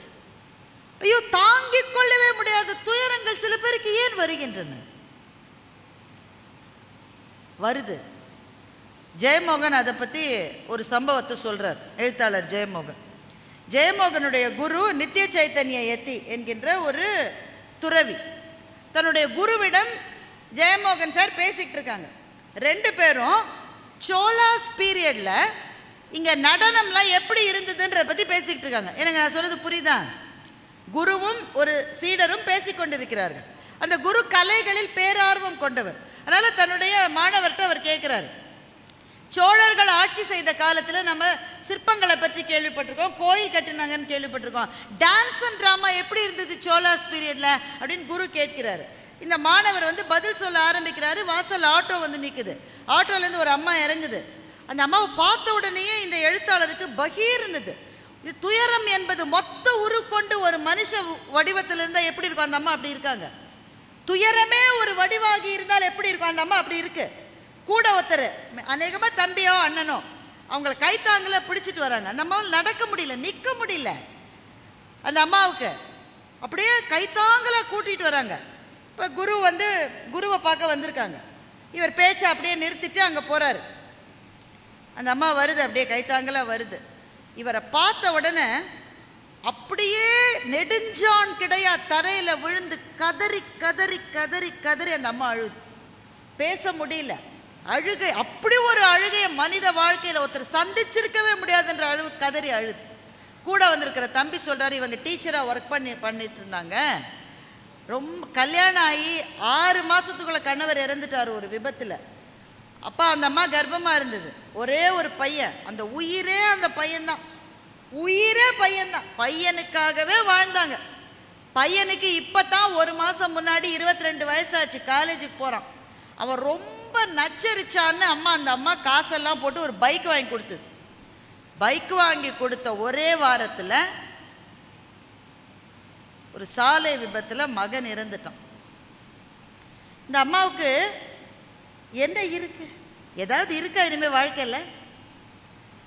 உங்களை பார்க்க கூட்டிட்டு வந்தோன்னு அந்த தம்பி சொல்றான். அந்த அம்மா அழுவுது அழுவுது அழுவுது, அப்படி அழுவுது. அழுகையிலேயே தன்னுடைய துயரை கடந்து விடுவது போல அந்த பெண் அழுதாள் என்று எழுத்தாளர் எழுதுகிறார். அழுது முடிச்ச உடனே குரு சொன்னார், ஒவ்வொருத்தருக்கும் கர்ம வினை என்பது இருக்கிறது. இந்த கர்ம வினையை கடப்பதற்கு வேறு வேறு மார்க்கங்களை ஒவ்வொரு மதமும் சொல்லுகிறது. சில மதங்கள் கர்மா தியரியை ஒத்துக்கொள்வதில்லை. ஆனால் கர்மா என்பதை ஒத்துக்கொள்ளுகிற மதங்கள் அந்த கர்மத்தை கடப்பதற்கு எவ்வளவோ வழிகளை சொல்லுகிறது. சில பேர் தவம் செய்கின்றாங்க, சில பேர் பரிகாரம் செய்கின்றாங்க, அங்க செய்யுங்க பண்ணு, தானம் கொடு, எல்லாம் சொல்றாங்க. ஆனால் சில பேருக்கு அவர்களின் துயரத்தின் மூலமாகவே அவர்களினுடைய கர்ம வினையை கடக்க வேண்டும் என்பது விதியினுடைய ஒரு செய்கை. துயரத்தின் மூலம் கர்மாவை கடக்க முடியும் என்றால் உனக்கு அதுதான் விதிக்கப்பட்டிருக்கிறது, மகளே எழுந்து நில் என்று குரு சொல்லுகிறார். அந்த அம்மா அதை கேட்டுட்டு எழுந்து நிற்குது. அவர்கிட்ட இருந்த ஒரு கல்லை கொடுத்துக்கிறாரு. இது நான் இமயமலையிலிருந்து வந்த கல், இது சால கிராமம் போல நினைச்சுக்க, உன்னோட பூஜை அறையில வச்சுக்க, இது உனக்கு ஏதோ ஒரு விதமான நம்பிக்கையை கொடுக்கும், உன்னுடைய வாழ்க்கையில் இந்த துயரத்தை நீ கடந்து செல்வாய் அப்படின்னு சொல்றாங்க. அந்த அம்மா இப்போ கொஞ்சம் ஆறுதலான மாதிரி இருக்கு. ஏன்னா முன்னாடி நடக்கவே முடியல, இப்போ உட்காந்துருக்கு, தண்ணியை குடிச்சுக்குது. நான் வரேன்னு கும்பிடு போட்டு ஆட்டோவில் ஏறி போயிடுச்சு. எழுத்தாளர் பார்த்துட்டு இருக்கார்ல, அவருக்கு அப்படியே விம்மி விம்மி வருது. இப்படி ஒரு துயரத்தை கொடுத்த கடவுளுக்கு ஏதாவது கருணை இருக்கா? கருணையே வடிவமானவன் கடவுளை சொல்றமே, அது உண்மையா? அந்த கடவுள் இருக்காரா இல்லையா? அப்படி அவர் இருக்காருன்னா இப்படி ஒரு துயரத்தை ஒரு பெண்ணுக்கு கொடுக்க முடியுமா? எங்களால் தாங்கவே முடியாத துயரங்களை எங்களுக்கு கொடுக்காதே கடவுளே, எங்களால் தாங்க முடிந்த துயரங்களை மாத்திரமே எனக்கு கொடு. இந்த வாசகத்தை சொன்னது யார் தெரியுமா? ஷாஜகான் இந்த வாசகத்தை சொல்லி இருக்கிறார். நீங்க தாஜ்மஹாலுக்கு போனா ஷாஜகானின் கல்லறையின் மீது ஒரு உருது வாக்கியம் பொறிக்கப்பட்டிருக்கும். அந்த உருது வாக்கியத்தினுடைய பொருள் என்ன நான் கேட்டேன். இதுதான் பொருள். ஷாஜகானை போல இந்தியாவை கட்டியாண்ட ஒரு பேரரசன் தன்னுடைய எபிடாஃப், தன்னுடைய கல்லறை வாசகமாக எதை எழுதி வைத்திருக்கிறார் என்றால், எல்லாம் வல்ல பரம்பொருளை எங்களால் தாங்க முடிந்த துயரங்களை மாத்திரமே எனக்கு கொடுங்கள், எங்களால் தாங்க முடியாத துயரங்களை கொடுக்காதீர்கள் என்பதை ஒரு மாபெரும் பேரரசன் எழுதி வைத்திருக்கிறான் தன்னுடைய கல்லறையில் என்று சொன்னால், இந்த எழுத்தாளருக்கு அதுதான் ஞாபகம் வந்தது. எந்த ஒரு வதை கூடத்திலே போட்டு நம்மை வதைப்பது போல ஏதோ ஒரு கருணையற்ற கரம் நம்மை வதைக்கிறதா என்ற கேள்வி வந்தது. அவர் அப்படியே உறைந்து நிற்கிறார். அவருக்கு பேச முடியல எழுத்தாளருக்கு. குரு இப்போது எழுத்தாளரை பார்த்து கேட்கிறார், எங்க விட்டோம், சோலாஸ் பீரியட்ல டான்ஸ் அண்ட் டிராமா இருந்ததா இல்லையான்னு கேட்கிறார் குரு. இந்த மாணவருக்கு புசு புசு புசு புசுன்னு கோபம் வந்தது. குரு அதனால அடிக்க முடியாது. கோபத்தை எப்படி காட்டுவது குருவிடம்? சொல்லிட்டாரு, நீ மனுஷனாயா, நீ மனுஷனாயா? ஒரு அம்மா இப்படி வந்து அழுதுட்டு போயிருக்கு, நீ ஏதோ விட்ட இடத்துல இருந்து டிஸ்கஷனை நீ தொடர்ற, நீ மனுஷனான்னு கேட்டு கோச்சிட்டு கிளம்பிட்டார். இந்த குருவே எனக்கு வேணாம், கிளம்பிட்டார். பஸ் ஸ்டாப் மட்டும் போனாரு. அவன் சொல்லிட்ட கடைசி பஸ் போயிருச்சுட்டான். வேற வழியில் இங்கே தான் திரும்பி வந்து காலையில் முதல் பஸ்ஸை பிடிக்கணும். திரும்பி வந்துட்டார். ஆனால் குருவோட பேசலை, ஏன்னா கோவம். குரு வந்து அதே புன்னகை மாறாத முகத்தோடு, என்ன திரும்பி வந்துட்டியா, பஸ் இல்லையா? இந்த கிட்ட இவர் பதில் சொல்லலை. குரு சொல்கிறார், என் மேலே கோவமா? இவர் சொல்ற, கோவமா? என்ன கேட்குறீங்க நீங்கள்? நான் அப்படி வந்து அழுதுட்டு போகுது.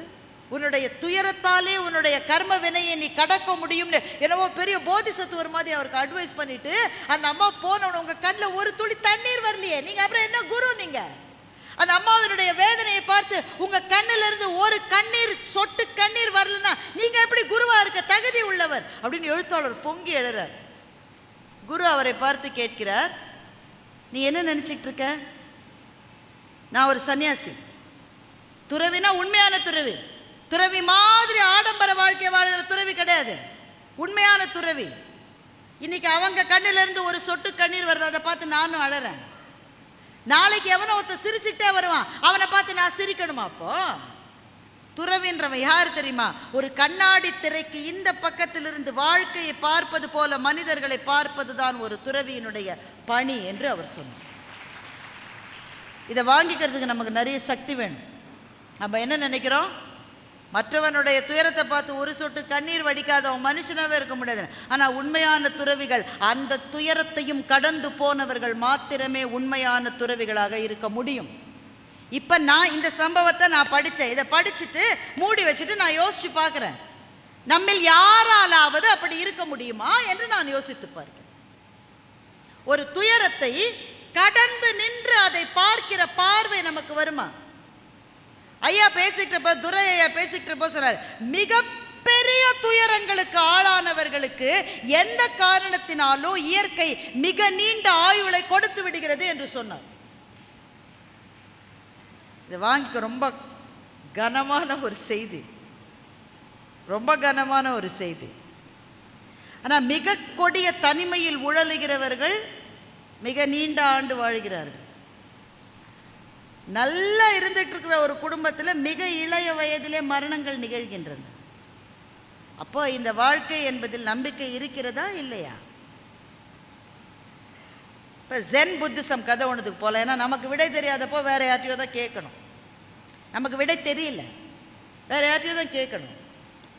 ஒரு ஜென் குரு, அவர் பேரு இக்யூ. அவர் ஜாலியாக தமாஷ் பண்ணிக்கிட்டே இருப்பார். தமாஷ் பண்ணிக்கிட்டே இருக்கிற குருவின் பெயர் என்ன? இக்யூ. இக்யூட்ட ஒரு பெரும் வணிகர் போனார். அவர் வீட்டில் அப்போ தான் ஒரு பிள்ளை பிறந்திருக்கு. ரொம்ப நாள் கழிச்சு அவருக்கு பிள்ளை பிறந்திருக்கு. இக்யூட்ட போய் கேட்டு, எங்கள் வீட்டில் இப்போ தான் ஒரு பிள்ளை பிறந்திருக்கு, நீங்கள் ஒரு வாழ்த்து மாதிரி ஏதாவது சொல்லுங்கள். இக்யூ படப்படம் எழுதி கொடுத்துட்டார். இவர் ரொம்ப பத்திரமா அதை வந்து வீட்டில் சாமி ரூமில் வச்சு எல்லாம் வணங்கிட்டு அதை படிச்சா நல்ல வாழ்த்து வாசகமாக இருக்கும் அப்படின்னு சொல்லிட்டு அதை படித்து பார்க்குறாரு. இக்யூ என்ன எழுதியிருந்தார் தெரியுமா? தாத்தா இறந்தார், மகன் இறந்தான், பேரன் இறப்பான் அப்படின்னு எழுதிட்டார். உடனே இந்த ஆளுக்கு எவ்வளோ கோவம் வந்திருக்குன்னு மட்டும் யோசிப்பாங்க. எங்கள் ஒரு இடத்துல நம்ம நல்ல சொல்ல வேண்டாம், அவச்சொற்களை சொல்லலாமா? நல்ல மங்கள சொற்களை தானே சொல்லணும். அல்லையோ போய் சண்டை, என்ன ஏதாவது பிரச்சனை? ஒன்றும் இல்லை, சரி. நான் அவ்வளவு நேரமாக பேசிட்டேன் அப்படின்னு வடிவேலு மாதிரி கேட்குறேன். இவர் சண்டைக்கு போகிறாரு இக்யூட்ட. நான் உன்னை வாழ்த்து சொன்னா நீ என்னையா இந்த மாதிரி ஒரு அவச்சொல்ல நீ எழுதி கொடுத்துருக்க. சார் நான் அவச்சொல் எழுதலையே, நான் வாழ்த்து தானே எழுதியிருக்கேன்னாரு இக்யூ. என்னையா வாழ்த்து எழுதியிருக்க? தாத்தா இருந்தாரு, மகன் இருந்தாரு, பேரன் இறப்பான்னு எழுதி, இது வாழ்த்தா? இக்யூ சிரித்து கொண்டே சொன்னார், இது இந்த ஆர்டர்ல நடக்கணும்னு நான் சொல்லுவதே ஒரு வாழ்த்து தான் என்று இக்யூ சொன்னார். அப்போ வாழ்க்கையின் கடும் துயரங்கள் வருகிற போது நாம் செய்ய வேண்டியது ஒன்றுதான், அந்த துயரங்களிலிருந்து நம்மை கொஞ்சம் தனிமைப்படுத்தி கொண்டு அந்த துயரத்தை பார்க்க முடியுமா என்கின்ற ஒரு மனநிலையை நமக்குள் வளர்த்து கொண்டால் பெரும் கடும் துயரங்களிலிருந்து நம்மால் மீண்டு வர முடியும். அதுக்கு இது கொஞ்சம் டீப்பான விஷயம். ஏன்னா இவ்வளோ நேரம் ஜாலியாக பேசியாச்சு. நம்ம முடிக்கிற போது நீங்கள் எடுத்து சென்று போவதற்கான ஒரு சிந்தனையை கொடுக்கணும். நம்ம வாழ்க்கையில் எப்பவுமே 2 மனநிலைகளில் தான் இருக்கும். கரெக்டா?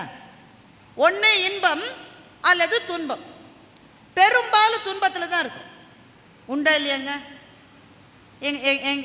எங்கள் அலுவலகத்தில் பணிபுரிந்த ஒருத்தர் என்னை விட ரொம்ப வயதில் மூத்தவர். அவர் ரிட்டையர் ஆகிட்டார். ரிட்டையர் ஆகியே 10 வருஷம் ஆயிடுச்சு. அவரை சமீபத்தில் நான் சந்தித்தேன். அவரெல்லாம் படியில் இருந்தபோது எப்படி இருப்பார் தெரியுமா? அப்படியே சிங்கம் மாதிரி இருப்பார். அவரை யாராவது ஒரு கேள்வி கேட்க முடியாது. நீங்கள் அந்த மாதிரி நிறைய பேர் நீங்கள் சந்திச்சிருப்பீங்க. ஒரு அப்படியே பம்மனும். நாங்கள்லாம் அப்பெல்லாம் ரொம்ப ஜூனியர். நான்லாம் அவரை பார்த்தாலே நாங்கள் அப்படியே 4 ஸ்டெப்ஸ் பேக்குன்னு பின்னாடி போயிடுவோம். அவர் எதிரிலே நாங்கள் நிற்க மாட்டோம். அவருடைய கேபின் வாசல்லையே தவம் கிடைக்கணும். அப்பாயின்மெண்ட் இருக்கும், ஆனால் வாசல்லையே தவம் கிடைக்கணும். அவர் காலே அரைக்கால் கண்ணால் நம்மளை பார்த்து அப்படின்னாங்க நம்ம போச்சு, அப்பாயின்மெண்ட் போச்சு, அடுத்த நாள் தான் வரணும். அப்படி இருந்தார். ரிட்டையர் ஆன பிறகு அவரை கன்சல்டன்ட் அது இதுன்னு 2-3 வருஷம் வச்சுருந்தாங்க. அதுக்கப்புறமா ஐயா எதுக்கு ஃபேர்வெல் நடத்துகிறாங்கன்னு நினைக்கிறீங்க? அலுவலகத்துலலாம் எதுக்குங்க ஃபேர்வெல் நடத்துகிற? மாலையை போட்டு உன்னை போல உண்டா, நீதான் இந்திரன், நீதான் சந்திரன், வீடு மட்டும் கொண்டு விடுறாங்க. எதுக்கு? திரும்ப நீ வந்துடக்கூடாதுன்றதுக்காக. இது புரியாமல் சில பேர் ஃபேர்வெல்ல சொன்னதை சீரியஸாக எடுத்து அடுத்த நாள் ஆஃபீஸ் போய் நிற்காதீங்க, அவமானப்படுவீங்க. இவருக்கு ரிட்டையர் ஆகி கொஞ்சம் கொஞ்சமாக பிள்ளைங்கள்லாம் வேறு வேறு நாட்டுக்கு போயிட்டாங்க. மனைவி சீரியலில் முழுகிட்டாங்க. இவருக்கு வாழ்க்கையில் எதுவுமே இல்லை செய்யறதுக்கு. அவர் என்கிட்ட கேட்டார், இந்த வாழ்க்கையில் ஒன்றுமே அர்த்தம் இல்லை. நான் வாழ்ந்த வாழ்க்கை என்ன? உடல் எல்லாம் நல்லா இருக்கு, ஒன்றும் பிரச்சனை இல்லை அவருக்கு. பட் செய்யறதுக்கு ஒன்றுமே இல்லை. நான் எப்படி வாழ முடியும்? நான் சொன்னேன், உங்களுக்கு என்ன சார் பிரச்சனை? அவன் சோத்துக்கே வழி இல்லாமல் எவ்வளோ பேர் தெருவில் இருக்காங்க. உங்களுக்குலாம் என்ன பிரச்சனை? வீட்டில் கார் வச்சுருக்கீங்க, ஒய்ஃப் நல்ல ஹெல்த்தில் இருக்காங்க, உங்கள் ஹெல்த் நல்லா இருக்குது, பெரும் பணியில் இருந்து ஃபுல்லாக ரிட்டையர் ஆகி நல்லபடி ரிட்டையர் ஆகிறதே ஒரு பெரிய போனஸுங்க. அவன் ரிட்டையர் ஆகிறதுக்கு முந்தின நாள் தான் பெரிய சார்ஜ் ஷீட் வருது. நீங்கள் நல்லபடி ரிட்டையர் ஆகிருக்கீங்க, எவ்வளோ பெரிய விஷயம் அது. காசில் ஒன்றும் பிரச்சனை இல்லை, நல்ல காசு வச்சுருக்கீங்க, நினச்சா பயணம் செய்கிறீங்க. இதுக்கெல்லாம் நீங்கள் ஒன்றுமே கம்ப்ளைண்டே பண்ணக்கூடாது சார்னு நான் சொன்னேன். அடுத்த 1/2 மணி நேரம் பேசினேன். இப்போ நான் இங்கே பேசுனதோடு அதிக நேரம் பேசினேன். என்னை சுற்றி இருக்கிற ஒரு பயம் சரியில்லை. என் தம்பி இருக்கான் பாரு, அவனோட மோசமானவன் ஒருத்தனை இது மட்டும் நான் பார்த்தது. எத்தனை பேர் ஆஃபீஸில் நான் வளர்த்து விட்டுருக்கேன், யாருக்குமே நன்றி கிடையாது. இந்த உலகமே நன்றியற்றவர்களோட உலகம். எல்லாத்தையும் விட என் வீட்டுக்காரமாக இருக்கேன், என்னை மதிக்குதா? நான் ஏதாவது ஒன்று செய்ய சொன்னால், நான் ஒரு நாள் கேட்டேங்க, என்னங்க பெரிய விஷயம் என்ன கேட்டேன், ஒரு மீன் குழம்பு பண்ண, மீனே வாங்கலைன்னு சொல்லிடுச்சு. அடுத்த நாள் மீன் வாங்கிட்டு வந்து மீன் குழம்பு வையின, புளியே இல்லை, நீ குழம்பே வைக்க முடியாதுன்றுச்சு. வீட்டுக்காரமாக கூட என்னை மதிக்கிறது இல்லைங்க, ஒரு பையன் மதிக்கிறது இல்லை. டிவியை திறந்து பாருங்க, எல்லாரும் கால்னு கத்திட்டு இருக்காங்க. ஒருவேளை என்னை சொன்னாரோ என்று நான் யோசிக்கிறேன். டிவியை திறந்து பாருங்க, கால்னு யாராவது கத்திக்கிட்டே இருக்காங்க. ரேடியோவை பாருங்க, சலன்னு யாராவது பேசுறாங்க. ஒரு படம் சரியில்லை, ஒரு அரசியல்வாதி சரியில்லை, ஐபிஎல்னு ஒன்று விளையாடுறாங்களே, இவெல்லாம் கிரிக்கெட் ஆகுங்க, இவெல்லாம் உருப்பிடுவானா, இவெல்லாம் விளங்குவானா. அந்த காலத்தில் கவாஸ்கர் விளையாடினாரு, நாங்கள் பார்த்தோம். 45 நிமிஷம் கம்ப்ளைண்ட் பண்ணாருங்க. அவர் இந்த உலகத்தில் கம்ப்ளைண்ட் பண்ணாத ஜீவராசியே கிடையாது. அத்தனை பற்றியும் கம்ப்ளைண்ட் பண்ணார். இப்போ இவர் என்ன மனநிலையில் இருக்காரு? துன்பம். ஏன்னா அவரை சுற்றி இருக்கிற எல்லாமே அவருக்கு துன்பம் தான். மிகச்சில பேர் இன்பத்தில் இருப்பாங்க. என்ன அன்றைக்கி தான் அவங்களுக்கு பிஸ்னஸில் ஏதாவது ஒரு இது கழிச்சிருக்கோம். அவன் விரும்பின பொண்ணு சரின்னு சொல்லியிருப்பா, எவ்வளோ பெரிய விஷயம் பாருங்கள். அவன் விரும்பின பொண்ணு சரின்னு சொல்லியிருப்பா, வீட்டுக்காரமாக மரியாதையாக நடந்திருக்கும் ஒரு நாள். அவங்க பிள்ளைங்க அவங்கள மதிச்சிருப்பாங்க. இந்த மாதிரி எதாவது நடந்தா மகிழ்ச்சி. இந்த ரெண்டு மனநிலையில தானே நம்ம இருக்கோம் எப்பவும்.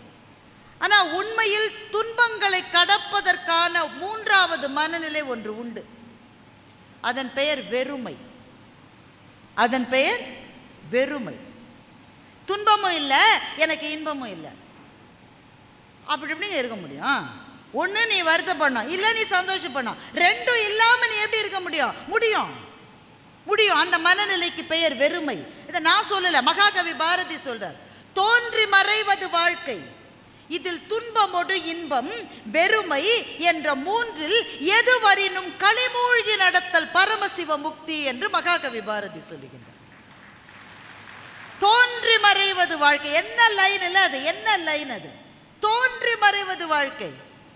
எப்படி எப்படிலாம் வாழ்ந்தவங்க எங்க இருக்காங்க இன்னைக்கு? இதில் துன்பமொடு இன்பம் வெறுமை அப்படின்ற மூன்றாவது மனநிலையை மகாகவி பாரதி சொல்றாரு. மகாகவி பாரதி இதை யார்கிட்ட இருந்து கத்துக்கிட்டாருனாக்க, குள்ளச்சாமின்ற ஒரு சாமியார்ட்ட இருந்து கத்துக்கிட்டார். இந்த குள்ளச்சாமி பார்க்கவே ரொம்ப குளிக்காது, அழுக்கு துணிலாம் கட்டி மூட்டையா தூக்கிக்கிட்டு எப்ப பாரு அங்கேயும் இங்கேயும் ஓடிட்டே இருக்குமா குள்ளச்சாமி. பாரதி ஒரு நாள் இந்த குள்ளச்சாமிகிட்ட போய், சாமி என்ன அழுக்கு துணியெல்லாம் மூட்டையா கட்டிட்டு போயிட்டே இருக்க அப்படின்னு பாரதி கேட்டிருக்காரு. குள்ளச்சாமி சொன்ன, நான் வெளியில சுமக்கிறேன், நீ உள்ள சுமக்கிறியே அப்படின்னு குள்ளச்சாமி சொல்லிடு. இது பதிவு, இது பாரதியின் வாழ்க்கையில் இது நடந்தது. நம்ம உள்ள எவ்வளவு சுமந்துட்டு இருக்கோம்ல. சரி, எல்லாரையும் பார்த்து ஒரே ஒரு கேள்வி. நாம் யார்?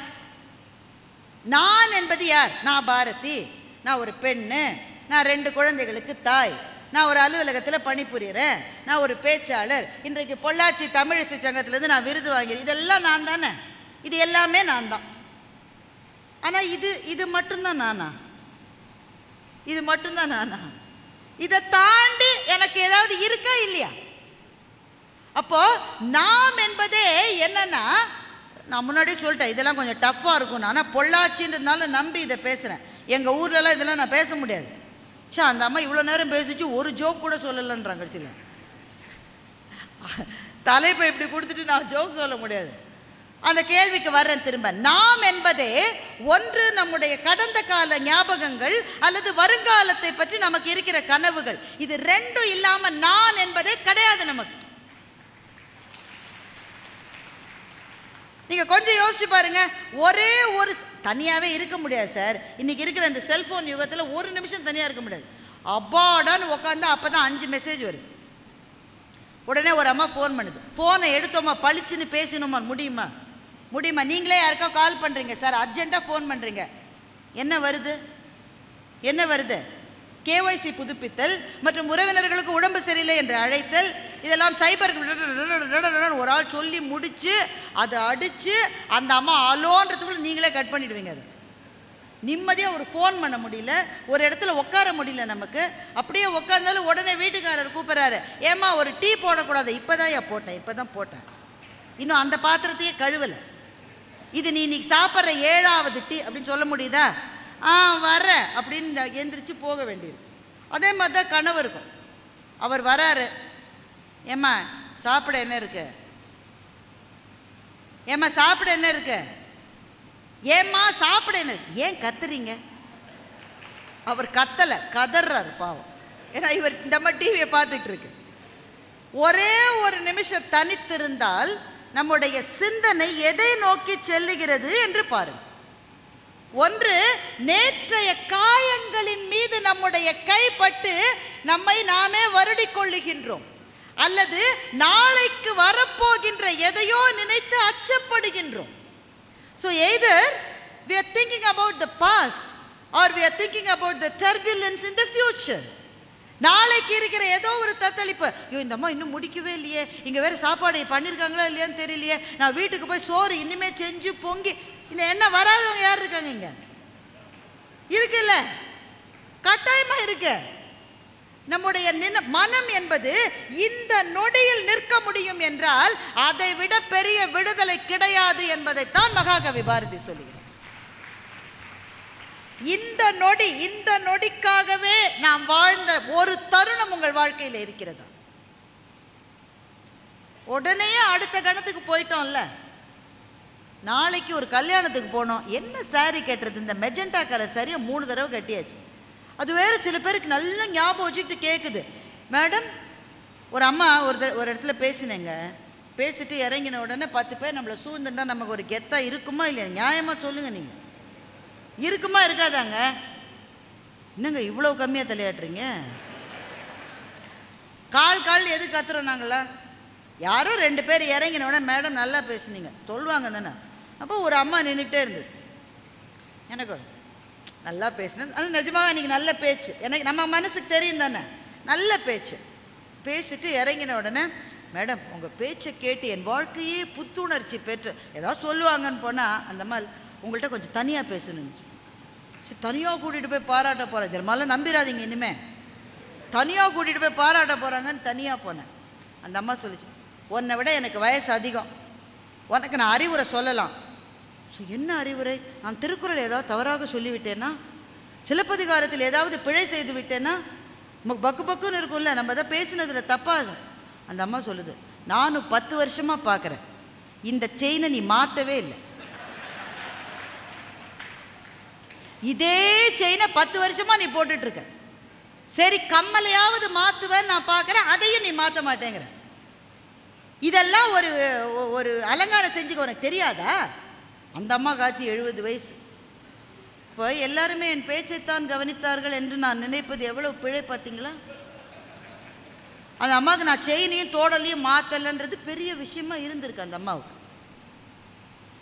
இப்போ நமக்கு உடனே அடுத்த தடவை மேடைக்கு ரெடி ஆகிற போது நமக்கு தோணுது, ஏதாவது ஒன்றத்தை மாற்றலாமா? அந்த அம்மா வேற சொல்லியிருக்கேன். அப்போ நம்ம சிந்தனைகள் எப்படி இருக்கு? ஒன்று, நேற்றைக்கு நடந்ததை பற்றிய கவலைகளினுடைய பிராண்டல்கள், அல்லது நாளைக்கு என்ன வருமோ என்கின்ற தவிப்புகள். இந்த கவலையினுடைய பிராண்டல்களுக்கும் நாளையினுடைய தத்தளிப்பை பற்றிய சில அவநம்பிக்கைகளுக்கும் இடையிலேயே வாழ்ந்து ஒரு முழு வாழ்க்கையையும் கழித்து விடுகின்றோம். 80 வருஷம் 90 வருஷம் வாழறோம். ஒரு நொடி, ஒரே ஒரு நொடி, அந்த ஒரு நொடிக்காக மாத்திரமே வாழ்ந்த வாழ்க்கை என்பது யாருக்கு கிடைக்கிறது? அப்படி யாருக்காவது கிடைத்தால் அவர்கள் அந்த வாழ்க்கையை முழுவதுமாக நேசிக்கலாம். ஏனென்றால் அந்த வாழ்க்கை களி. அதைத்தான் மகாகவி சொல்லுகிறார், தோன்றி மறைவது வாழ்க்கை, துன்பமோடு இன்பம் வெறுமை என்ற 3 எதுவரினும் களி மூழ்கி நடத்தல் பரமசிவமக். எல்லாமே சந்தோஷம்தான். இந்த மனநிலை நமக்கு வந்துருச்சுனாக்க வாழ்க்கையின் மீது நம்பிக்கை வரும். இந்த மனநிலை. ஏன்னா வாழ்க்கை மீது ஏன் நம்பிக்கை வரல? அவன் எனக்கு தப்பு பண்ணிட்டான், இவன் எனக்கு தப்பு பண்ணிட்டான், அவன் சரியில்லை, இவன் சரியில்லை. நீ இப்போ என்ன பண்ணிட்ட? எல்லாத்துலேயும் டிட்டாச் ஆகிட்ட, நீ தனியாக நிற்கிற. அவனை பார்த்தா எனக்கு பரிதாபமாக இருக்கு, பரிதாபமாக இருக்கு. சில பேர் ரொம்ப பொறாமப்படுறாங்க சார், சில பேர் ரொம்ப பொறாமப்படுறாங்க.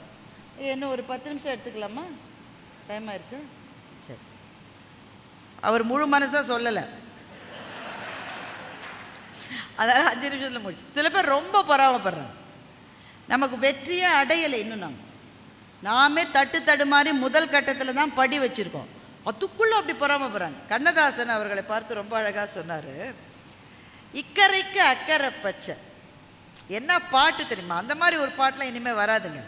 அதுதான் இக்கரைக்கு அக்கறை பச்சை, என் வீட்டு கண்ணாடி என் முகத்தை காட்டவில்லை, இக்கரைக்கு அக்கறை பச்சை.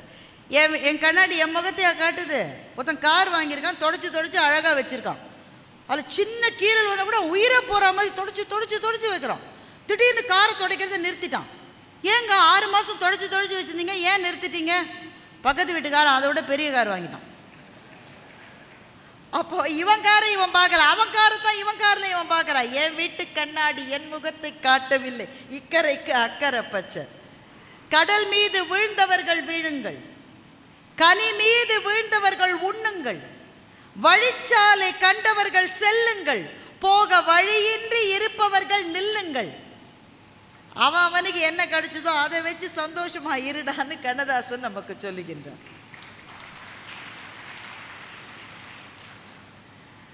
நமக்கு கிடைச்ச வாழ்வு என்பது அவன் போட்ட பிச்சை. அறியாத மானிடர்க்கு அக்கறையில் இச்சை, இக்கரைக்கு அக்கறை பச்சை என்று கண்ணதாசன் அந்த பாடலை முடிக்கின்றான். என் வீட்டு கண்ணாடி என் முகத்தை காட்டாத வாழ்க்கையை வாழுகிற வரையில் நமக்கு வாழ்க்கையில் எப்படி நிம்மதி இருக்கும்? அப்போ நமக்கு துரோகம் செய்தவர்கள், நம்மை விரும்பாதவர்கள், பொறாமை குணம் எல்லாம் இருப்பாங்க. ஏன்னா வாழ்க்கை என்பது எல்லாம் சேர்ந்தது தான். அதைத்தான் ஐயா சொன்னார். மயக்கமா? ஆமா. கலக்கமா? ஆமா. மனதிலே குழப்பமா? ஒரு அட்வர்டைஸ்மெண்ட் வரும். தலைவலியா? ஆமா. மூக்கடைப்பா? ஆமா. இருமலா? ஆமாப்பா. ஆமா. எது கேட்டாலும் நமக்கு இருக்கிற மாதிரியே இருக்கும். நமக்கு மயக்கமா? ஆமா. கலக்கமா? ஆமா. மனதிலே குழப்பமா? ஆமாப்பா. ஆமா. வாழ்க்கையில் நடுக்கமா? ஆமா. வாழ்க்கை என்றால் 1000 இருக்கும். வாசல் தோறும் வேதனை இருக்கும். வந்த துன்பம் எதுவென்றாலும் வாடி நின்றால் ஓடுவது இல்லை.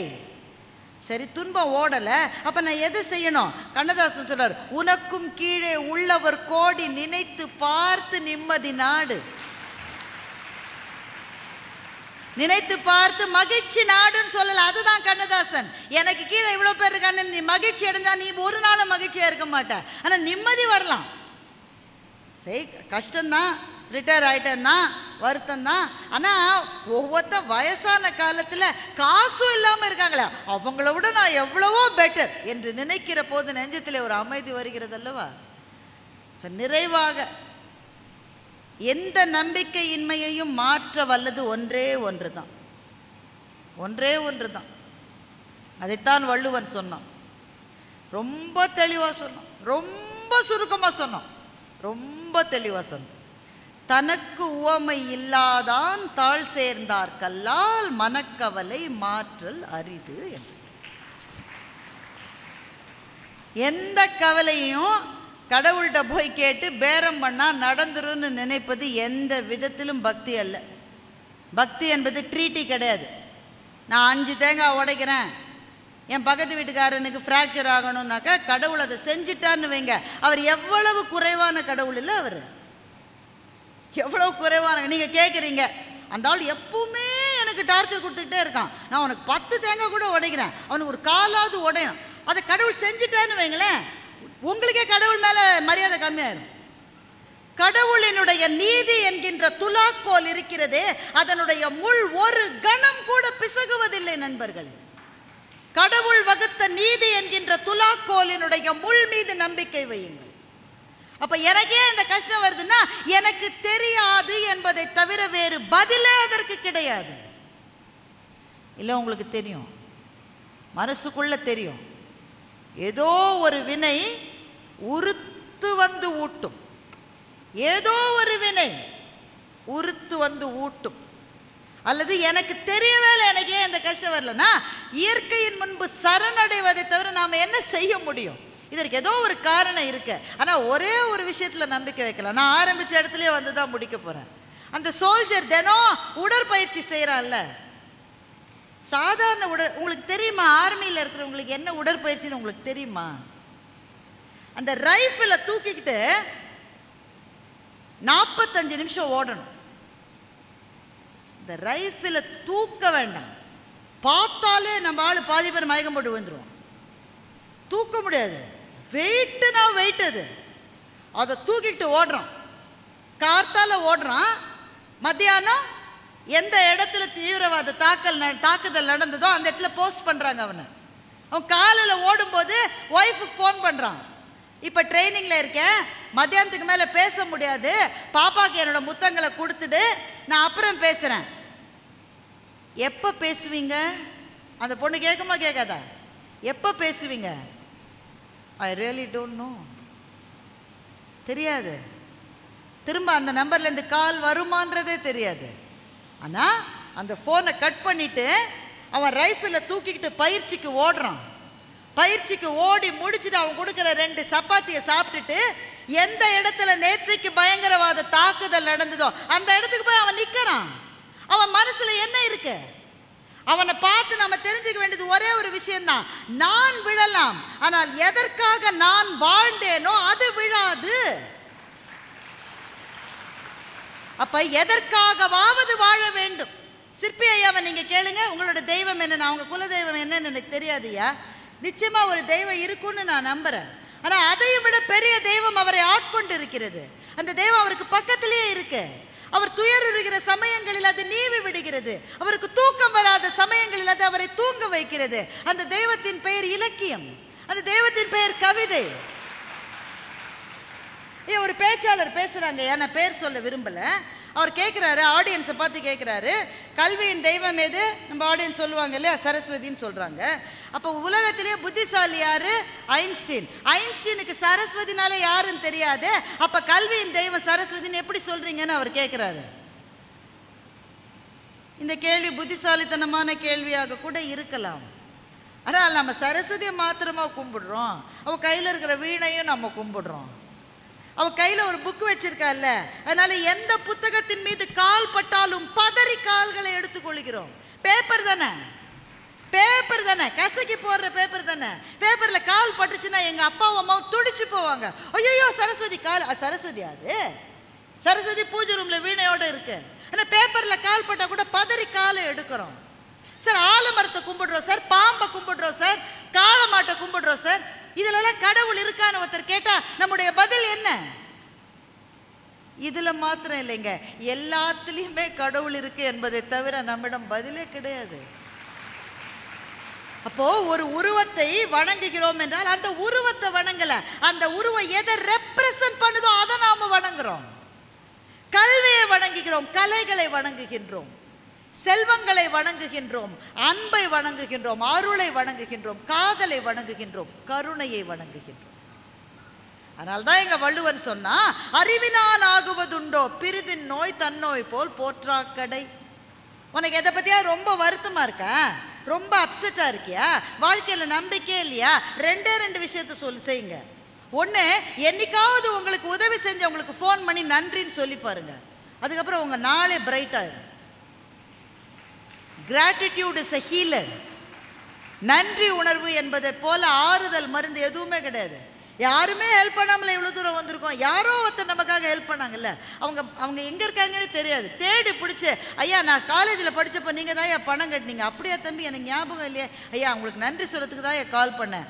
போனை வச்சுட்டு அவருக்கு சந்தோஷம் இருக்கோ இல்லையோ, நன்றி சொன்ன உங்களுக்கு எவ்வளவு சந்தோஷம் இருக்கும் தெரியுமா? Gratitude is a healer.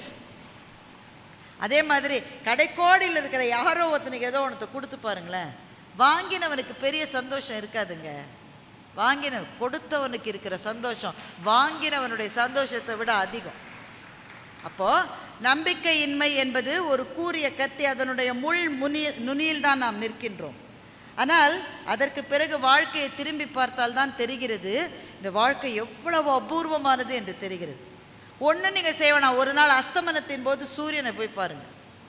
சூரியன் விழப்போகிறான், அவனை போய் பாருங்க. இரு கைகளையும் கூப்பி இந்த ஒரு நாளை எனக்கு கொடுத்தியப்பா ரொம்ப நன்றின்னு சொல்லி பாருங்களேன், வாழ்க்கை அழகாயிரும். நமக்கு கிடைத்திருக்கிற ஒவ்வொரு நாளும் அழகானது.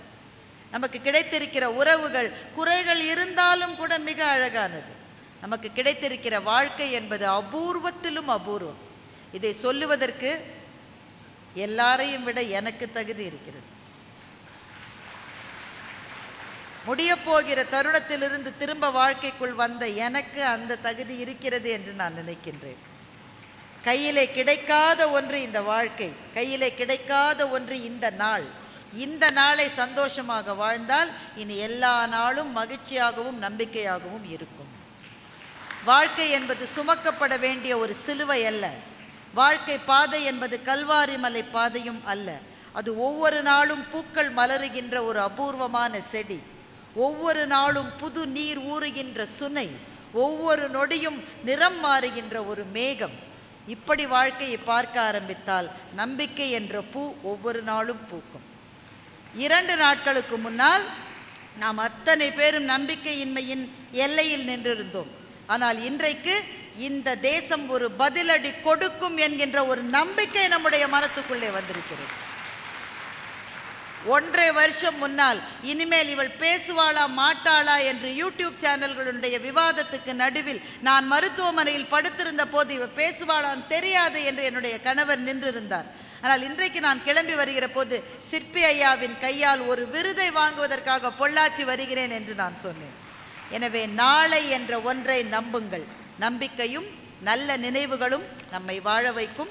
திரும்பவும் பொள்ளாச்சி இசைச்சங்கத்துக்கு என்னுடைய மனமார்ந்த நன்றிகள். 54வது ஆண்டிலே எனக்கு கிடைத்திருக்கிற விருது என்பது எனக்கான விருது என்று நான் நினைக்கவில்லை.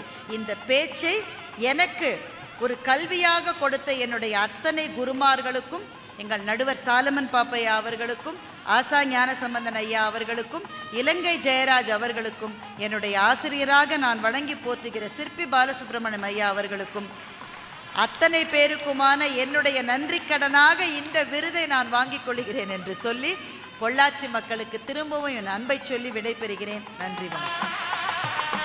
இந்த தகவல் உங்களுக்கு பிடிச்சிருந்தா லைக் பண்ணுங்க, உங்க ஃப்ரெண்ட்ஸுக்கு ஷேர் பண்ணுங்க, மறக்காம எங்க சேனலுக்கு சப்ஸ்கிரைப் பண்ணுங்க.